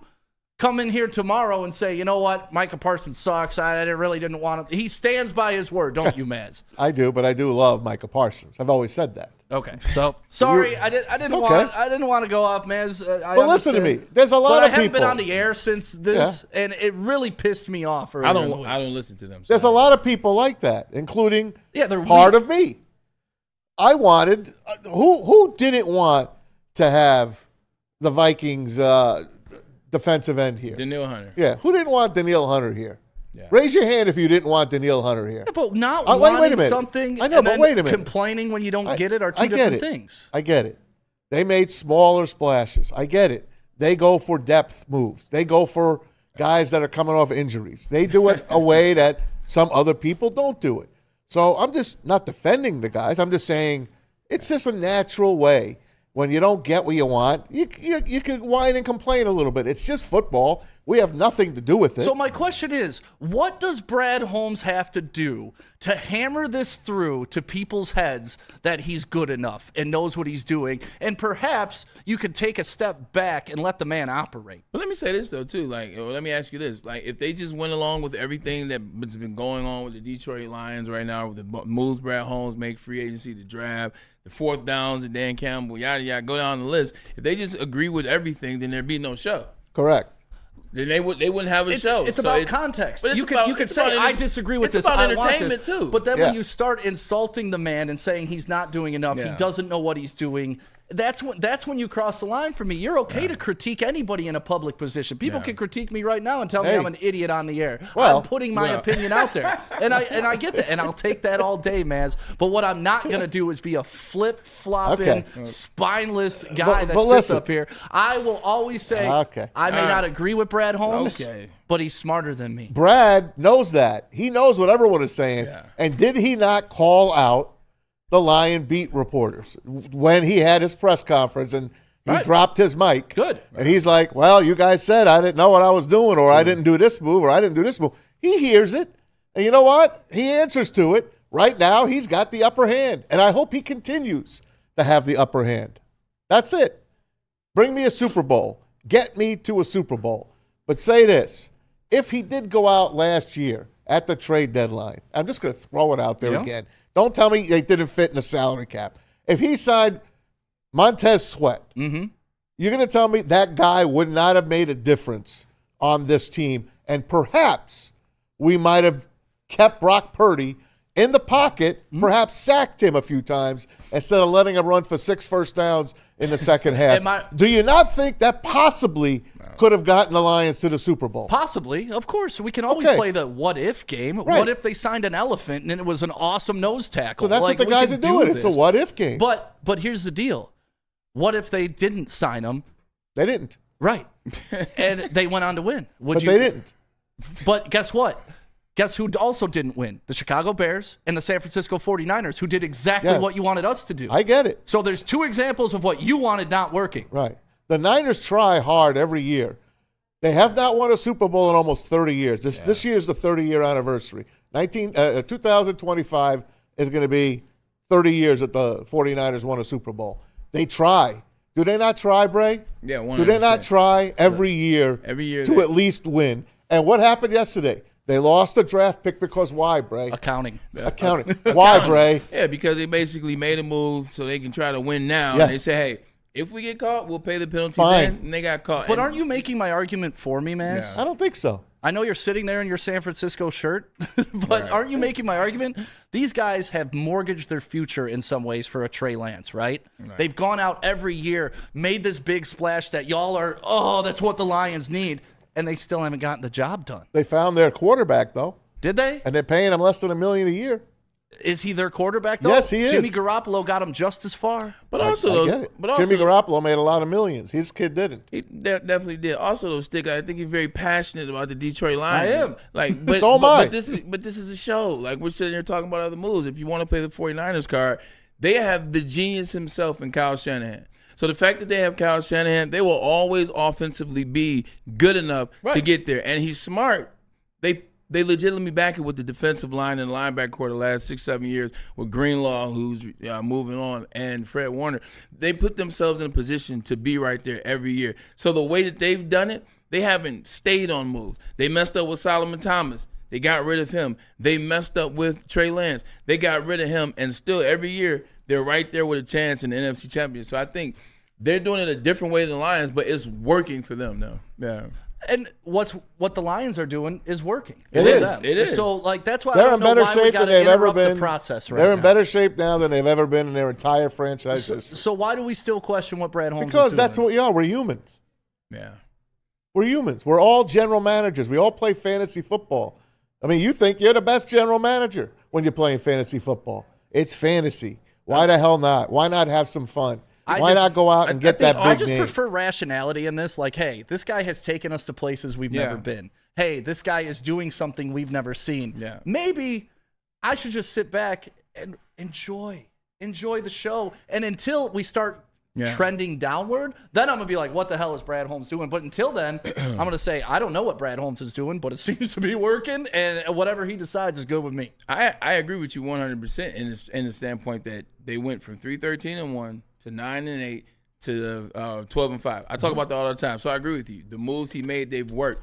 But if you just wanted to sit and have a conversation and point out some true things, his second-round draft picks for a certain chance wasn't working. He was drafting the wrong injured players, wasn't working. And some of the moves he made in free agency, they didn't work. Didn't work. From his first year to his second year, they didn't work. So as Cam Sutton, Emmanuel Mosley, and CJ, the three of them did not work. And yes, one got injured, but one was also injured before he got here, though. And then when one came back from injury, he just wasn't the player. At the end of the day, he can be the best GM in the league. I mean, best GM in the league. He was voted by his peers. Agreed. He can be an A. He can be an A- drafter, A- this, or A blah blah. But at the same time, you can still point out some things that aren't perfect because no one's perfect. Even the best people, even the best quarterback, Patrick Mahomes and the Chiefs, there were plenty of things to point out until they figured out one again. So you can just point some things out. But all in all, he's still general manager one. He still has delivered me 2 playoff wins in my life. Agreed. And before that, there was 1 on the books. Fantastic. So like that's why I'm going to defend my guy. Because I'm going to defend him right with you, but I'm also going to challenge him. Yeah, but you're also going to want him to make stupid decisions. It's not a stupid decision to bring Daniel Hunter here. Daniel Hunter. It's not stupid. Would that have got you excited, or the guy they signed? Who was the former Raven? Reader. Yeah. Would you rather have Reader or would you rather have Hunter? Reader was a top 5 PFF guy against the run. Okay, not a bad signing to me. I know, but do we need to stop the run, or do we need to get a sack? He had 1 sack. Well, here's the deal. Daniel Hunter had double digits for how Braylon many may years want in to a break row? this down for you, but when you have a good interior line play, what does it do to the defensive ends? Oh, you know what? He nullifies them a little bit. It frees them up. 100%. So there we go. It's addition in multiple spots. So that's fine. That's fine. I'm happy. I like DJ Reader. I like DJ Reader. But I'm not going to be mad at Brad Holmes for saving money and getting us a top 5 PFF player. We'll see. We will see, and that's the best part about sports. That's what I love about sports is we gonna see. We will. We also gonna see the NFC ranking of NFC North skills this position. is gonna be interesting. You guys want to talk about this right now or go to break and hit it? Whatever you want. You're the boss. We got 3 more minutes. Throw it up there, Pete. Let's see how the rankings look for the skill group. Are we going to throw up each different skill group? They're all going to be up there at once, and you're going to make a decision on who's got the best offensive skill group minus the quarterback. This is all wide receivers. Well, this is what they did. It's wide receivers, running backs, and tight ends. Pete, do you have it? Oh, yeah. Yeah. It's like the second thing on the sheet. Yeah, because I definitely it's been there for like a week. I actually ranked them yesterday, Mass. Any chance of putting them up there? Go ahead. No. What do you mean no? You should have just told me to go to break. Yeah, go to break. All right, when we get back, we're going to be talking about the NFC North skills group. But first, let's talk about Guardian Alarm, Pete. Turn on Black Pete's and mic. yellow sign out in front of your house. It tells the bad guys, and especially Tom Mazaway, one thing. Stay out. That's right. Customized solutions from real experts, 24/7 professional monitoring, technology backed by people, and your safety and security deserves technology that's been proven to work and by people who are proven to care. Call 1-800. Stay out. That's 1-800. Stay out. Call them today and tell them Woodward Sports sent you. Every year, after a cold and dreary winter, Metro Detroiters come together for two things: Tigers baseball and the best damned party in the world. A new season of Tigers baseball is here, and we're bringing in the new season as only Woodward Sports knows how. Broadcasting live from the biggest party. It's the Grand Slam Festival at the Detroit Opera House. Come party with 4,000 Detroit sports fans, starting with Wake Up Woodward and rolling into Big D Energy. This is a party you don't want to miss, with Detroit's best DJs, food trucks, and of course, shots. Get your tickets now at GrandSlamFest.com. 21 plus. See you April 5th at the Grand Slam Fest. Stop searching for a vehicle and start finding one. Les Stanford Chevrolet Cadillac makes it easy. We harness the power of multiple dealerships and own the biggest selection of GM brands in the area to get you the car you need. With the Les Stanford Group, you'll have access to 4 different dealerships, providing you with more makes, more models, and more choices. We're connected to more than 1,000 vehicles. And with so many high-quality CPO vehicles available, you'll find new car quality at pre-owned prices. You can start and end your search at lesstanford.com today. We don't like to brag that we are the toughest sports network in Detroit, but we do have a guy named Darren McCarty on our side.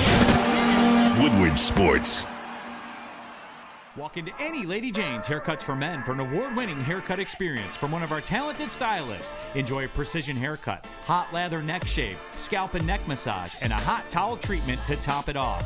Enter for your chance to win the $50,000 Perfect Bracket Challenge. With more than 25 Metro Detroit locations, there's always a Lady Jane's near you. Lady Jane's Haircut for Men, open 7 days a week. Walk in anytime. Lady Jane's, it's wicked awesome. Woodward Avenue, the first paved road in America. Woodward Sports, the first sports network born in Detroit and made for Detroit. Well, I got to sleep before you. That's right, the chicken sandwich from Shake Shack. That's the Shake Shack Chicken Shack. It's delicious. Try the Chicken Shack, Shake Shack for free with a $10 purchase. Oh, man, that's all it takes. And I'm talking about the pickles and the lettuce. It's perfect. It's seasoned well. Man, it's really good. Grab a shake and a crispy crinkle fry with that, and your Chicken Shack will be free. Just use code word Woodward. That's all you got to do. Go to Shake Shack and say code word Woodward. I'm telling you, you should take advantage. That's easy. And what? I'll go do it right now. Love a good chicken sandwich. Ermanni and Edwards with Maz right here on the Woodward Sports Network. My name is Stick, filling in for Ryan Ermanni. Doing a great job, by the way. Thank you. I know me and you disagree a lot, Maz. It's good to have you. But it's always fun to fill in. Good to have you. We got Anson here tomorrow. Yeah, it's always fun to have Anson fill it in, too. Who we attacking next? Who we attacking? I mean, listen, we can catch some bodies today. Hey. You calling the bodies over there, man. No, I just listen, you're 2 foot old right now. There's just when people aren't consistent, that's one of my biggest pet peeves. Like, I look for consistency in people and what they say, in their actions, how they are as human beings. And when you're not that, I got to call you out as fake, especially when you live in the same environment that we do. Right. So that's also, all I got to say about them. Also, too, I'll give you a little recommendation. Stop listening. Stop listening. You know, and I can't. Like, I listen. Like I said to start that off, I think he's a very talented broadcaster. Yeah. He really is. So he wouldn't be where he is and getting paid what he does over there if he wasn't. Enough stroking that dude up. But that doesn't mean that he's dead wrong on a lot of stuff. Yeah. So either way, Pete, you got the graphic finally. Let's talk about this. How would you rank these NFC skill groups? Man, so I'm going to go first. I know you would. Because I actually did I did, this is how I did it. This is how I broke it down. I ranked each position and gave a 1, 2, 3, 4, 1, 2, 3, 4, or however many players that they had from that position. So I ranked them, and then I took the teams that had the lowest numbers. So if you add it up, I have Keenan Allen. I got the Bears 1. Wow. You got to hear me out. Whoa. Hear me out. They got Swift at running back. Excuse me, hold on. I got to get my numbers right. Come on now. No. Hold on. 1, got him 4, 3, and then 4 out of 7. Okay, cool. I do have the Bears. I rank them in the number system. Okay. I got the Bears 1, and this is why, because I have Keenan Allen as the number 2 wide receiver. I had DJ Moore as number 4 wide receiver. Talking about ranking all these players. Yeah. Cole Kmet is the 3 tight end, and DeAndre Swift as a 4. So their numbers graded out higher with me. The next I had was the Vikings. I think I might be doing this different. Justin Jefferson's 1, Jordan Addison's 6. TJ Hawkins is the 2nd tight end. And Aaron Jones is number 2 running back. So you got the number 2 running back with the number 1 receiver and then the number 2 tight end. So I'm ranking it kind of based on that system. All right. So I have the Vikings there. I can't wait till we hear where you put Amon-Ra St. Brown. Well, Lions 3, because I have Amon-Ra St. Brown. These are by me. Yeah, of course. I got Amon-Ra St. Brown 3 at wide receiver because I got Keenan at 2. It's just me. Dave Montgomery 5 at running back. Jameer 3. Sam Laporta 1 tight end. And Jamison Williams, if you just count receivers, 9. Right. So, like, if you look at that, they rank out 3. So you can argue me and maybe go Vikings, Lions, Bears, but based off the metric system that I created, that's why I chose that. But the Vikings are undeniable in the metric system. And you got the pack last, huh? I got the pack last because you look at it, Jaden Reed. If you look at this list of wideouts. Young kids. True, but you're going to rank Jaden Reed 5. Okay, right? yeah. Then you're going to rank Christian Watson 8th. He's the 8th best. And then Romeo Dobbs would be 7 just behind Jaden Reed. So I look at it that way. And then they do have Josh Jacobs, who has to be the number 1 running back. You got him 1. I got him 1. Okay. I got him 1. All right. I kind of get what you're doing. Yeah. So, I mean, but at the same time, that's a metric system. Who do I like the most? I want to see what the Vikings have to offer, then the Lions, and then the Packers, then the Bears. All right. Yeah. Go ahead, Stick. So who's your 1, 2, 3, 4? I'm going to switch. Vikings, Lions, Bears, Packers. Vikings number 1, Lions 2, Bears, Packers. Yeah. This is strictly without a quarterback. It's definitely. I know. I hate that it's without a quarterback. You want to add a quarterback in? Go ahead. Well, if you had a quarterback, then you take away Vikings and Bears because they don't have quarterbacks. Right. So I mean, that just kind of makes this a 2-party system at that point. Lions, Packers. Then it's the Lions too. So like, if we're adding quarterback, Lions by far and away in this. All right. So take quarterback out, like it says. Take quarterback out, like it says. I'm gonna say. Oh, it's tough. I'm gonna say the Packers are dead last. Yeah, because I'm with you. That's the weakest wide receiver core of the group. They have a pretty good tight end too, a young tight end. Yeah, no, Tunyon's gone. Oh, not Tunyon. They got the rookie from I think it was Wisconsin. Yeah, he's so good we don't even know his name. I know. So that's why he's sitting number 4. I put the Packers at number 4. I would put the Bears slightly above the Packers. I do like Keenan Allen. I do like DJ Moore. Komet could be the guy, but once again, it's all predicated on us. But quarterback can throw him the damn ball. Yeah. We all know what DeAndre Swift is. Great talent, but not really a benchmark guy, cowbell guy that you can build your team around. So the Bears, to me, are slightly ahead of the Packers, but not by much. Vikings, they have the best wide receiver on the board, second best tight end on the board. Aaron Jones, second best running back. Second, so they got to be sitting at number 2. And then the Lions. I mean, I'm taking this running back room over any of those guys for any of those other teams. I'm a big believer in Gibbs. It's a 1-2 punch. Yeah, it's a complete offense. Sam Laporta, we saw, did things that no tight end has ever done in this league. So he's on his way to be much better than TJ Hawkinson. I don't know about much better, but he's very good. He's on his way to be much better than TJ Hawkinson. What do you mean? Well, yeah, okay. I also don't. I'm not going to argue with you. You just did. I also don't. You broke up what I was saying to specifically argue with me. You got 1 year. Exactly, a record-setting year. So how is that not trending better than TJ Hawkinson? It is. It's trending better. You're right. I'm not going to argue with you. I don't like how they do this, though, because the Lions have 2 running backs on this list. Right. Meanwhile, the Packers have 3 wide receivers on this list. So it's like kind of like they're using their best pieces. Yeah, true. And based you see how they didn't put the tight end in there? They're using their best pieces. And that's why I said based on that, the Lions win. Like I got Lions, Vikings, Packers, and Bears in that order. Based on that, you got the Lions because it's the 1-2 punch of Gibbs and Montgomery, and then like Stick said, I mean Sam Laporta he's the best tight end on this list for me. I know T.J. Hawkinson has been up there for the past 3 to 4 years, but what Sam Laporta did last year, and even how he played through that knee injury, still scored a touchdown and helped his team out, and he helps in the block game. I just see special things out of him, so I'm gonna go ahead and give him the nod over T.J. and agree with Stick on that one, but. Their offense is set up, but I'm going to tell you that Packers offense is going to be interesting. Maz raises a good point. Jordan Love at quarterback, You have Matt LaFleur's at the offensive coordinator. He's loving that team. Man, 100%. I like Jordan Love. And then I want to see what Josh Jacobs is going to do. Let's not forget how good Josh Jacobs was 2 years ago. Led the league. 1,684 yards, 14 touchdowns. He's going to be playing in he's in a good system outdoors now, though. Yeah. He is in a good it's system now. But I'm interested. I follow Josh Jacobs. He's from very Alabama, closely. though. I'm an Aaron Jones fan. So, to me, I'm surprised they let Aaron Jones go. They didn't want to pay him. So it's like what the Lions did with Swift. They didn't want to pay him. They didn't believe in him. They knew they were going to draft Jahmyr Gibbs. So they went out and got David Montgomery, who they thought would be a guy that would stay on the field longer and do more for him, and they did all right. He did miss a few games, though. But you always got to do this too, Stick, Maz. You got to pay attention to when teams let guys go. You got to pay attention to what guys teams let walk out the door because they've seen everything on that guy. So you look at the Green Bay Packers, they've seen every nick, nag, and injury that Aaron Jones has suffered since he's been there. They know who he is, and they know where they believe his capability is. If they let him walk out, if they let him go, that means that, you know what, he's got one too many injuries for us, and we don't think he can be what he once was. But couldn't you say the same thing about Josh Jacobs and the Raiders? They let him walk. I think it's a new franchise, though. It's a new organization. You got a new head coach. You got trying to do something different. They're levying some money. And Swift is everybody's ex. And they also went and got Chris Wilkins. Ain't nobody wants Swift for more than a year. And it's funny, too, because like Swift got pushed out for, Gibbs and Montgomery, goes to Philly. Then he gets pushed out in Philly to Saquon Barkley. Like, he just keep getting pushed out. But he got paid. He got paid $8 million, I think, is a lot for Swift after what I've seen for 4 years. Last year, I know he had 1,100 or 1,200, but in that 4-year sample size, he's not an $8 million running back to me. I think Cody brought up a great point, too. Financially, the Lions are in the best shape, too. If you look at all those contracts, Amon-Ra St. Brown, rookie contract, Jamison Williams, rookie contract, Sam Laporta, rookie contract, Jahmyr Gibbs, rookie contract. And Dave Montgomery's only making 2 years, $6 million. Making less than Swift is making, $2 million less a year than Swift is making in Chicago.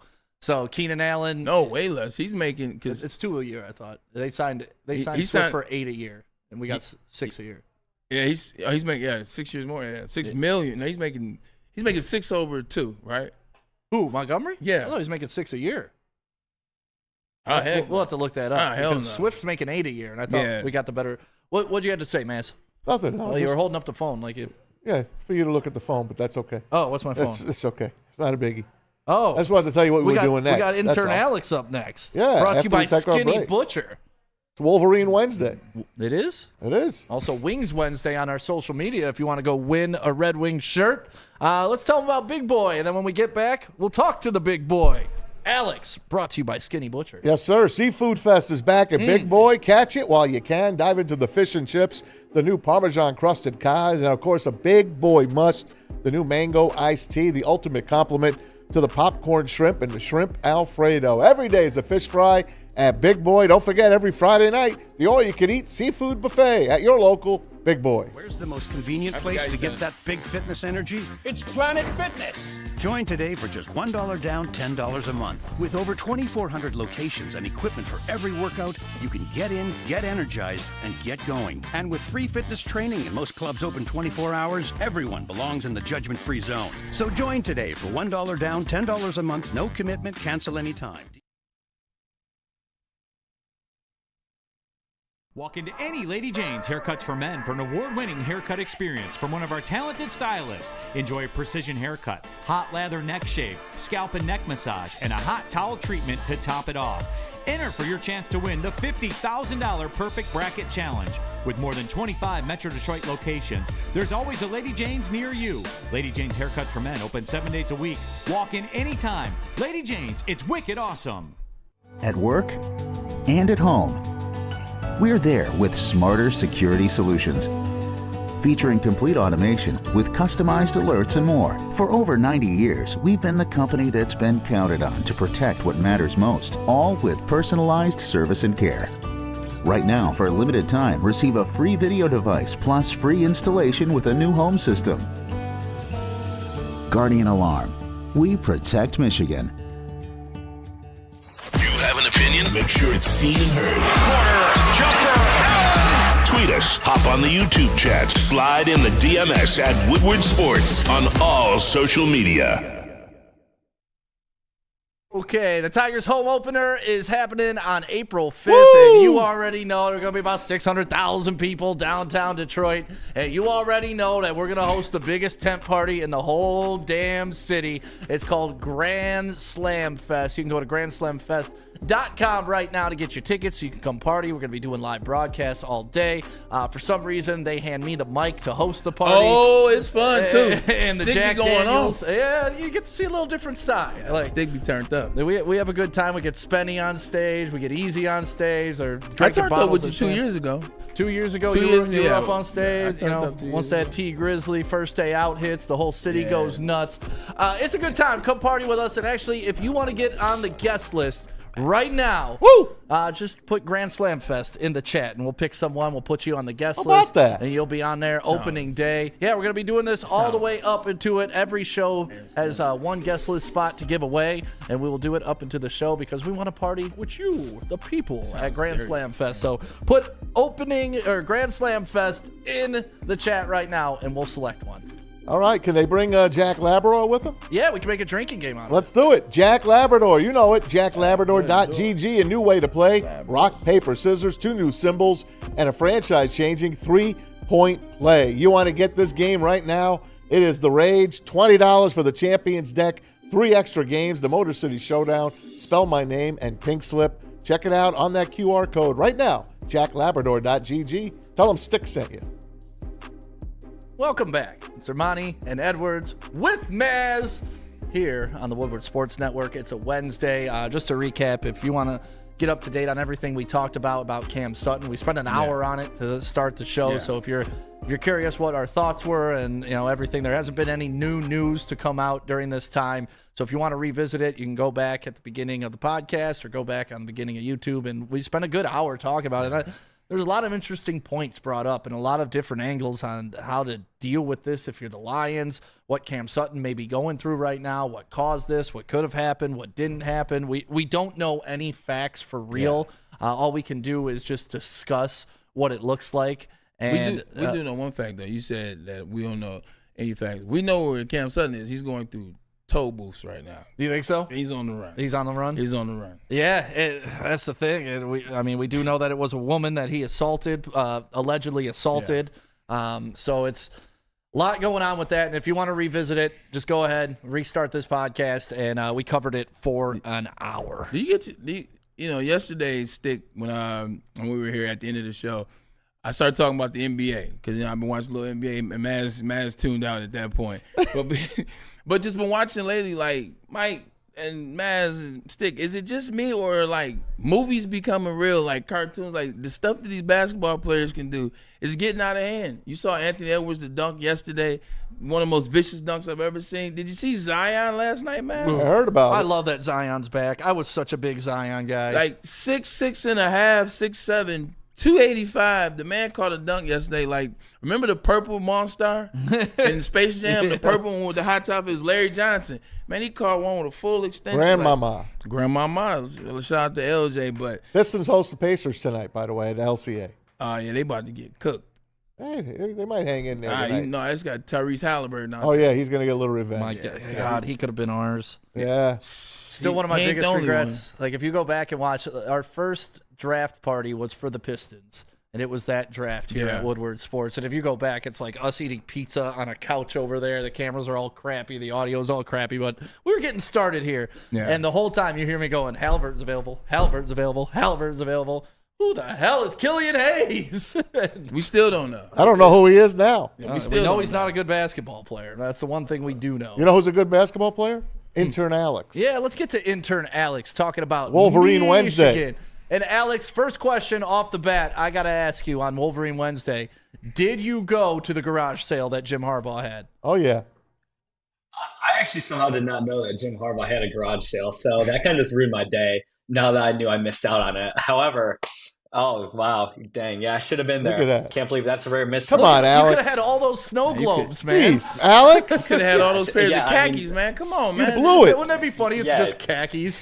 I thought that's what it was, to be honest. They still got to be. Oh, they still got to be having it, Alex. Get over to his house. They still might have Yeah, some. might need that in the segment early, I guess, at this point. I got somewhere to be. But, yeah, no, I guess that's a rare miss for me. I'm sorry, guys. Wish I had good intel there. All right, buddy. Hey, last time we talked, I think we were talking about the Juwan Howard situation, just kind of what was going on at Michigan, talking about what could be, what should happen. Well, since the last time we talked to you, Michigan parted ways with Juwan Howard. Ultimately, was that the right move? I kind of think it was, there had been some off-court issues, with the alleged beef between him and John Sanderson. Yeah. We'd seen a few years straight of decline with on-court play, and at the end of the season, you watch that team just had no life in it anymore. So at the end of the day, it's sad to see a Michigan legend not really succeed as much as we wanted him to. However, it's time for a new chapter in the history of Michigan basketball, in my opinion. So with that one, you should be ready for the next question. Where does Michigan go from here? Where does Ward Manuel go? And where does he set his eyes to bring in the next coach for UL? Have you seen John Beeline anywhere? I've not seen John Beeline around at all. Probably at the buffet knows? right now. It's early. Yeah, who knows? But, I think right now for Ward Manuel, I don't think he needs to go out and try to make a splashy hire. 'Cause he did it last time with Juwan, and this is a big hire for Ward, professionally. He needs to go out there and really knock this one out of the park. So I think he needs to go down to the mid-major conferences maybe a little bit and check out some guys who've really had a good track record just coaching good basketball, being able to recruit to the best of their abilities in the NIL era and go in that direction. All right, Alex, get us going. Spring game coming up. It's spring today, as a matter of fact. 25 degrees outside, with winds about 40 miles an hour. Welcome to Michigan. Who is going to be the starting quarterback for the Michigan Wolverines? Well, that's a great point of spring this year. Last year we didn't have a lot of talking points, but this year we get to watch the battle unfold between Alex Orji, Jaden Dengel, and Jack Tuttle. And it's really, they all bring something unique to the table. I mean, Orji, everyone says he's the best athletic guy in the team due to all the KPIs they have during weightlifting and stuff like that. Then you have Jaden Dengel, who is probably the most prolific passer between his arm strength and then his stature. He looks just like an NFL quarterback when he's out there. He's big, tall, ready to go. But then Tuttle's one person who's ever actually started a game in the Big Ten during his time at Indiana. So right now, I mean, if there was actually a season this week, it probably would be Tuttle because he has the experience. But we got to see how Orji and Dengel develop through spring and fall ball. All right. Now, how about your new running backs coach? They steal him from Ohio State. Matter of fact, he even coached up the Ohio State running backs a little bit. And now they get him on in Ann Arbor, man. How big of a move was that for Sharon Moore? Oh, it's a massive home run hire for Sharon Moore. First off, Tony Alford's been one of the best running back coaches in college football for years. He's recruited at an elite level. He put Zeke and J.K. into the league. Travion's going to go to the league after this season. So he can recruit at an elite level and develop at an elite level. Then just being able to get a win over Ohio State is great. Leaving during the middle of spring practices like that, and just absolute home run hire for Sharon. And then you also have to wonder, is there some discourse in the Woody Hayes Athletic Center down there in Columbus that makes him want to leave, and go to the more positive culture up here in Ann Arbor? Ryan Day, born on third base. He ain't been the same since the comment. No, and he ain't been the same. That wrecked him. Broke him. Honestly, yeah, that definitely good old Blackbeard. Blackbeard. How much did they spend? How much did they spend this year? $13 million. $13 million. He better win this year. Just to lose to Sharon He better Moore. win. Yeah. But with that being said, with the new running backs coach, Donovan Edwards, to me, last year was a guy that was kind of underutilized by Michigan. I know you had Blake Corum coming back. You had to feed him the rock. What type of evolution do you expect to see in his game this year? Because we already know you can put him at slot wide receiver. He's going to perform. National championship game, he kind of busted out. MVP. And we were all waiting for it all season long. Do you think this is Donovan Edwards' year to become the dude in NCAA? Oh, yeah, for sure. I mean, his greatest strength is honestly Blake Corum's greatest weakness, and that's his breakaway speed. And then also his ability to go out there and catch the ball anywhere on the field like you've seen. But from what I want to really see from him as a running back, one, an increased ability to fight through contact, which another year in the Michigan Strength and Conditioning program should be able to do that. And then also more ball carrier vision, because last year, even in his touchdowns in the national championship game, you see he kind of ran into the line a little bit and then waited for a hole and found it late and then got to it. So hopefully he can find the hole earlier and finally just attack it and really get up the middle and get more of these breakaway runs like he is famous for. Yeah, that's called he needs to open his eyes because that happened in a couple games this year. But luckily, that particular time, he was able to bounce back because that hole was so wide. Pause. Last question from us. What's going on up there in Ann Arbor, man? It's supposed to be spring. This is the first day of spring. What is it looking like in the Ace Deuce, man? Anything popping? I mean, this last weekend was St. Patrick's Day. A ton of people came out here. Were very fired up about the snakes getting removed from Ireland about 800 years ago. So very celebratory day there. And then, semester's in full run. March Madness going this weekend. So a lot of people. Who you got winning that? But yeah, life's good. Who you got winning? He's got MSU. He's got MSU. You got U of M? Nope. I got North Carolina. Okay. UNC. Give me the Heels. Okay. So you got North Carolina beating Michigan State in round 2 then. Oh, yes. Well, actually, I have them being Mississippi State. I have them being Mississippi State. Yep, that's my guy. Aha. Same. So Mississippi State wins game 1. All right, Alex. We know where your bread is buttered. Yeah, the real MSU. Yeah, we know where your bread is buttered. Thanks, kid. Good to see you again. Always good to see you. All right, thank you guys for having me. Alex. All right. Intern Alex, thank you. Wolverine Wednesday brought to you, as always, by the Skinny Butcher. Now, did you guys watch the playing games last night at all? I'm just reminiscent about being in college in a dorm room. Isn't that great? I was expecting to watch a girl sneak out the back or something. That would definitely been in the back of my video. Oh man, what would you do to go back just to have like a week in college? Not that I'm unhappy with anything in my life now, but like a week in college and pick my college year too. Oof. Hey, I put a good. Maz, what would you do to go have a week at college as Braylon? I would give probably the rest of my life up. To go as Braylon for a week? Yes. I would live it up that week. I know that. One of the guys I used to play ball with went to Michigan, and I'm not going to say his name, but he said, after games, he would just open the door to his dorm room, and there would just be some honeys waiting for him in bed. Just God. Like you watch all the blue chips and all that. Oh. That's based on actual events. That's not just hyperbole of college chicks. Braylon's got a woman. We're not going to even put the camera on him right now. I appreciate that. I appreciate that because I can neither confirm nor deny. I want to be Braylon after his first check cashed. Ooh. When he's walking around with $300K in his backpack. $300K in his backpack. Did you know that?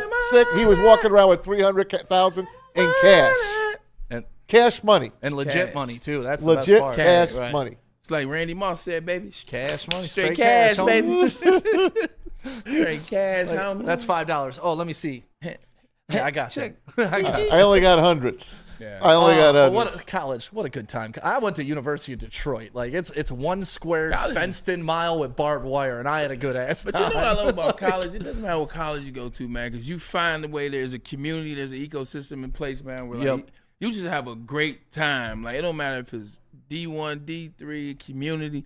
Like you find those people, you find those little dive bars, you find those little little pickup basketball games, you find those little same clubs where it's the same stuff everywhere. People are asking me, Maz, what was college like back in the dark ages? Yeah, what was James Madison Freddie University? Felt wanted to know if there were colleges back when I went to school. Did you take your horse, or how'd that work? No, I took my car, but there was no parking spots in Jersey City. I'd turn around and go back to the racetrack. That's why I kind of flunked out of college. St. Peter's. Maz, Rock on Peacocks. You're not the only person, too. Like, parking is, like, you think Royal Oak is bad. I hate parking in Royal Oak. Birmingham is try parking in Jersey. Not much better. Man, try parking in Ann Arbor. Yeah. Like I did the same thing. You're right. Yep. What? You're right. Ann Arbor's you better know somebody with a driveway that you could pay. 1,000%. Yep. I racked up so many tickets. It got to the point where my mom said, look, you get some more tickets. So if I couldn't find a spot, I was back on the PlayStation 2 by 9 a.m. Hey, last night I'm watching these playing games. I'm trying to. Wagner, they're from Staten Island. I was rooting for them. They beat Howard. So they get North Carolina next. That's a 16 seed. She gone. Virginia. People were saying, how did Virginia get in? They won like 21 games, but they were terrible. At the half, they had 14 points. 14 friggin' points for Virginia. They wind up getting slaughtered. And that was to be a 10 seed, right? Yes. 67-42. So Colorado State wins their first game. They play Texas next. I'm going to tell you like this. That's awful. I'm going to tell you like this. What team was that? That was Virginia. How does it? Yes. UVA that just won the championship like 4 years ago? Virginia. They should get. You know what? They should not be allowed to go to the tournament for 2 years. It should be probation. You're not kidding. That's how bad that game was. There should be a probation for that. It doesn't make sense to me how there's a play-in for the 10 seed. It really doesn't, because wouldn't that imply that you're already better than the 16, 15, 14. The 11, the 12, the 13. So 14. why wouldn't the play-in strictly be for 16 seeds? And 15. Because you're right. Good point. It drives me nuts every year. It's about seeding, though. You set that in so that the 10 seed can play against that, and the winner plays against. Yeah. They're setting the seeds. You're right. So certain seeds have to play each other. Right, but if you're playing for a 10 seed, that means you should already be in the tournament. Yeah, but nobody's asking this question because it makes sense. It's a valid question, but they set it up on purpose. It's legitimately so the seeding can be a certain way. UCLA won. They went to the championship as a play-in just a few years ago, if you remember. Oh, yeah. Shaka Smart and VCU went to right. the Final Four as a play-in team. Yeah. So the play-in teams are not bad teams, like you said. But that's that why team, it should be reserved for the right. 65th, But Virginia 66th, shouldn't have made the program. 67th, and 68th that should have been team St. John's to get into the not tournament. Virginia. 16 2 years ago from the playing game. From the 10 seed, though, not Yeah. the 16 seed. Right. That's what's crazy to me. Like, if you're playing to get into the tournament, it shouldn't be for a 10 seed. That means you're already better. It just makes no sense. So tonight you got two 16s going, Grambling, Montana State. The winner gets Purdue. The other one is the 10 versus the 10. It's Colorado, Boise State. The winner gets Florida, and Florida's lost their best player. So the winner of this game could advance right now to the round of 32. What do I do with Florida? I never trust Florida. I haven't even filled Don't my pick bracket Florida out to yet. win. That's what you do. I got to adjust my bracket. Yeah. Florida, they lost their best player. You don't want to touch Florida. Have you got your bracket filled out? How many do you do, Yeah. Maz? I have three. I have three. ours, and two others. Okay. I'm also in squares. You should get in my squares pool I'll get in because your it's squares. every single game, and it's the last number of the winner and the last number of the losing How much team. to buy in? $50. All right, I'm in. You get every game. I'm in. Bray, you owe me $50. You're in my pool. Braylon, can you spot me $50? You're in my pool.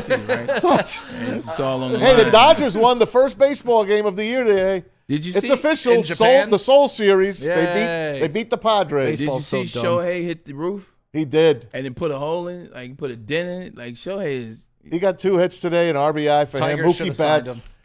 him. No one's going to beat the just Dodgers. Just give him NL MVP right now. Oh, man. It's unbelievable. Love What it. a team they Love have. watching that guy play baseball, man. There's one more game tomorrow at 5:30 a.m. It's if you want to watch it on ESPN. Baseball's so dumb. Oh, you be quiet. Come on, Maz. You think putting your opening day in another country I at know. 3 in the morning is really the best? At like, 2 marketing? weeks before the regular rest Right, of the it makes season. no Yeah, sense. it don't. These Happy guys- birthday to Jameer Gibbs, by the way. Oh, hey. Thank you. Happy Thank birthday, Jameer Gibbs. Another Brad Holmes brainchild that everybody hated at first, but now we love him because we love learned him. Brad Holmes is I would take smarter him over than any us. running back in the game. Maybe maybe not Christian McCaffrey. What's that? Like 401.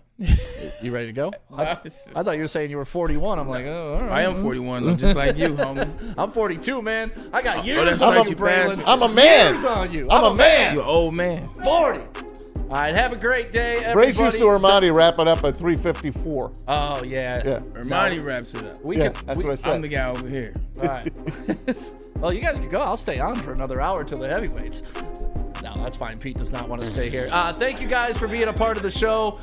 There's Mike in the bottom part of the screen. Great show Barely. today.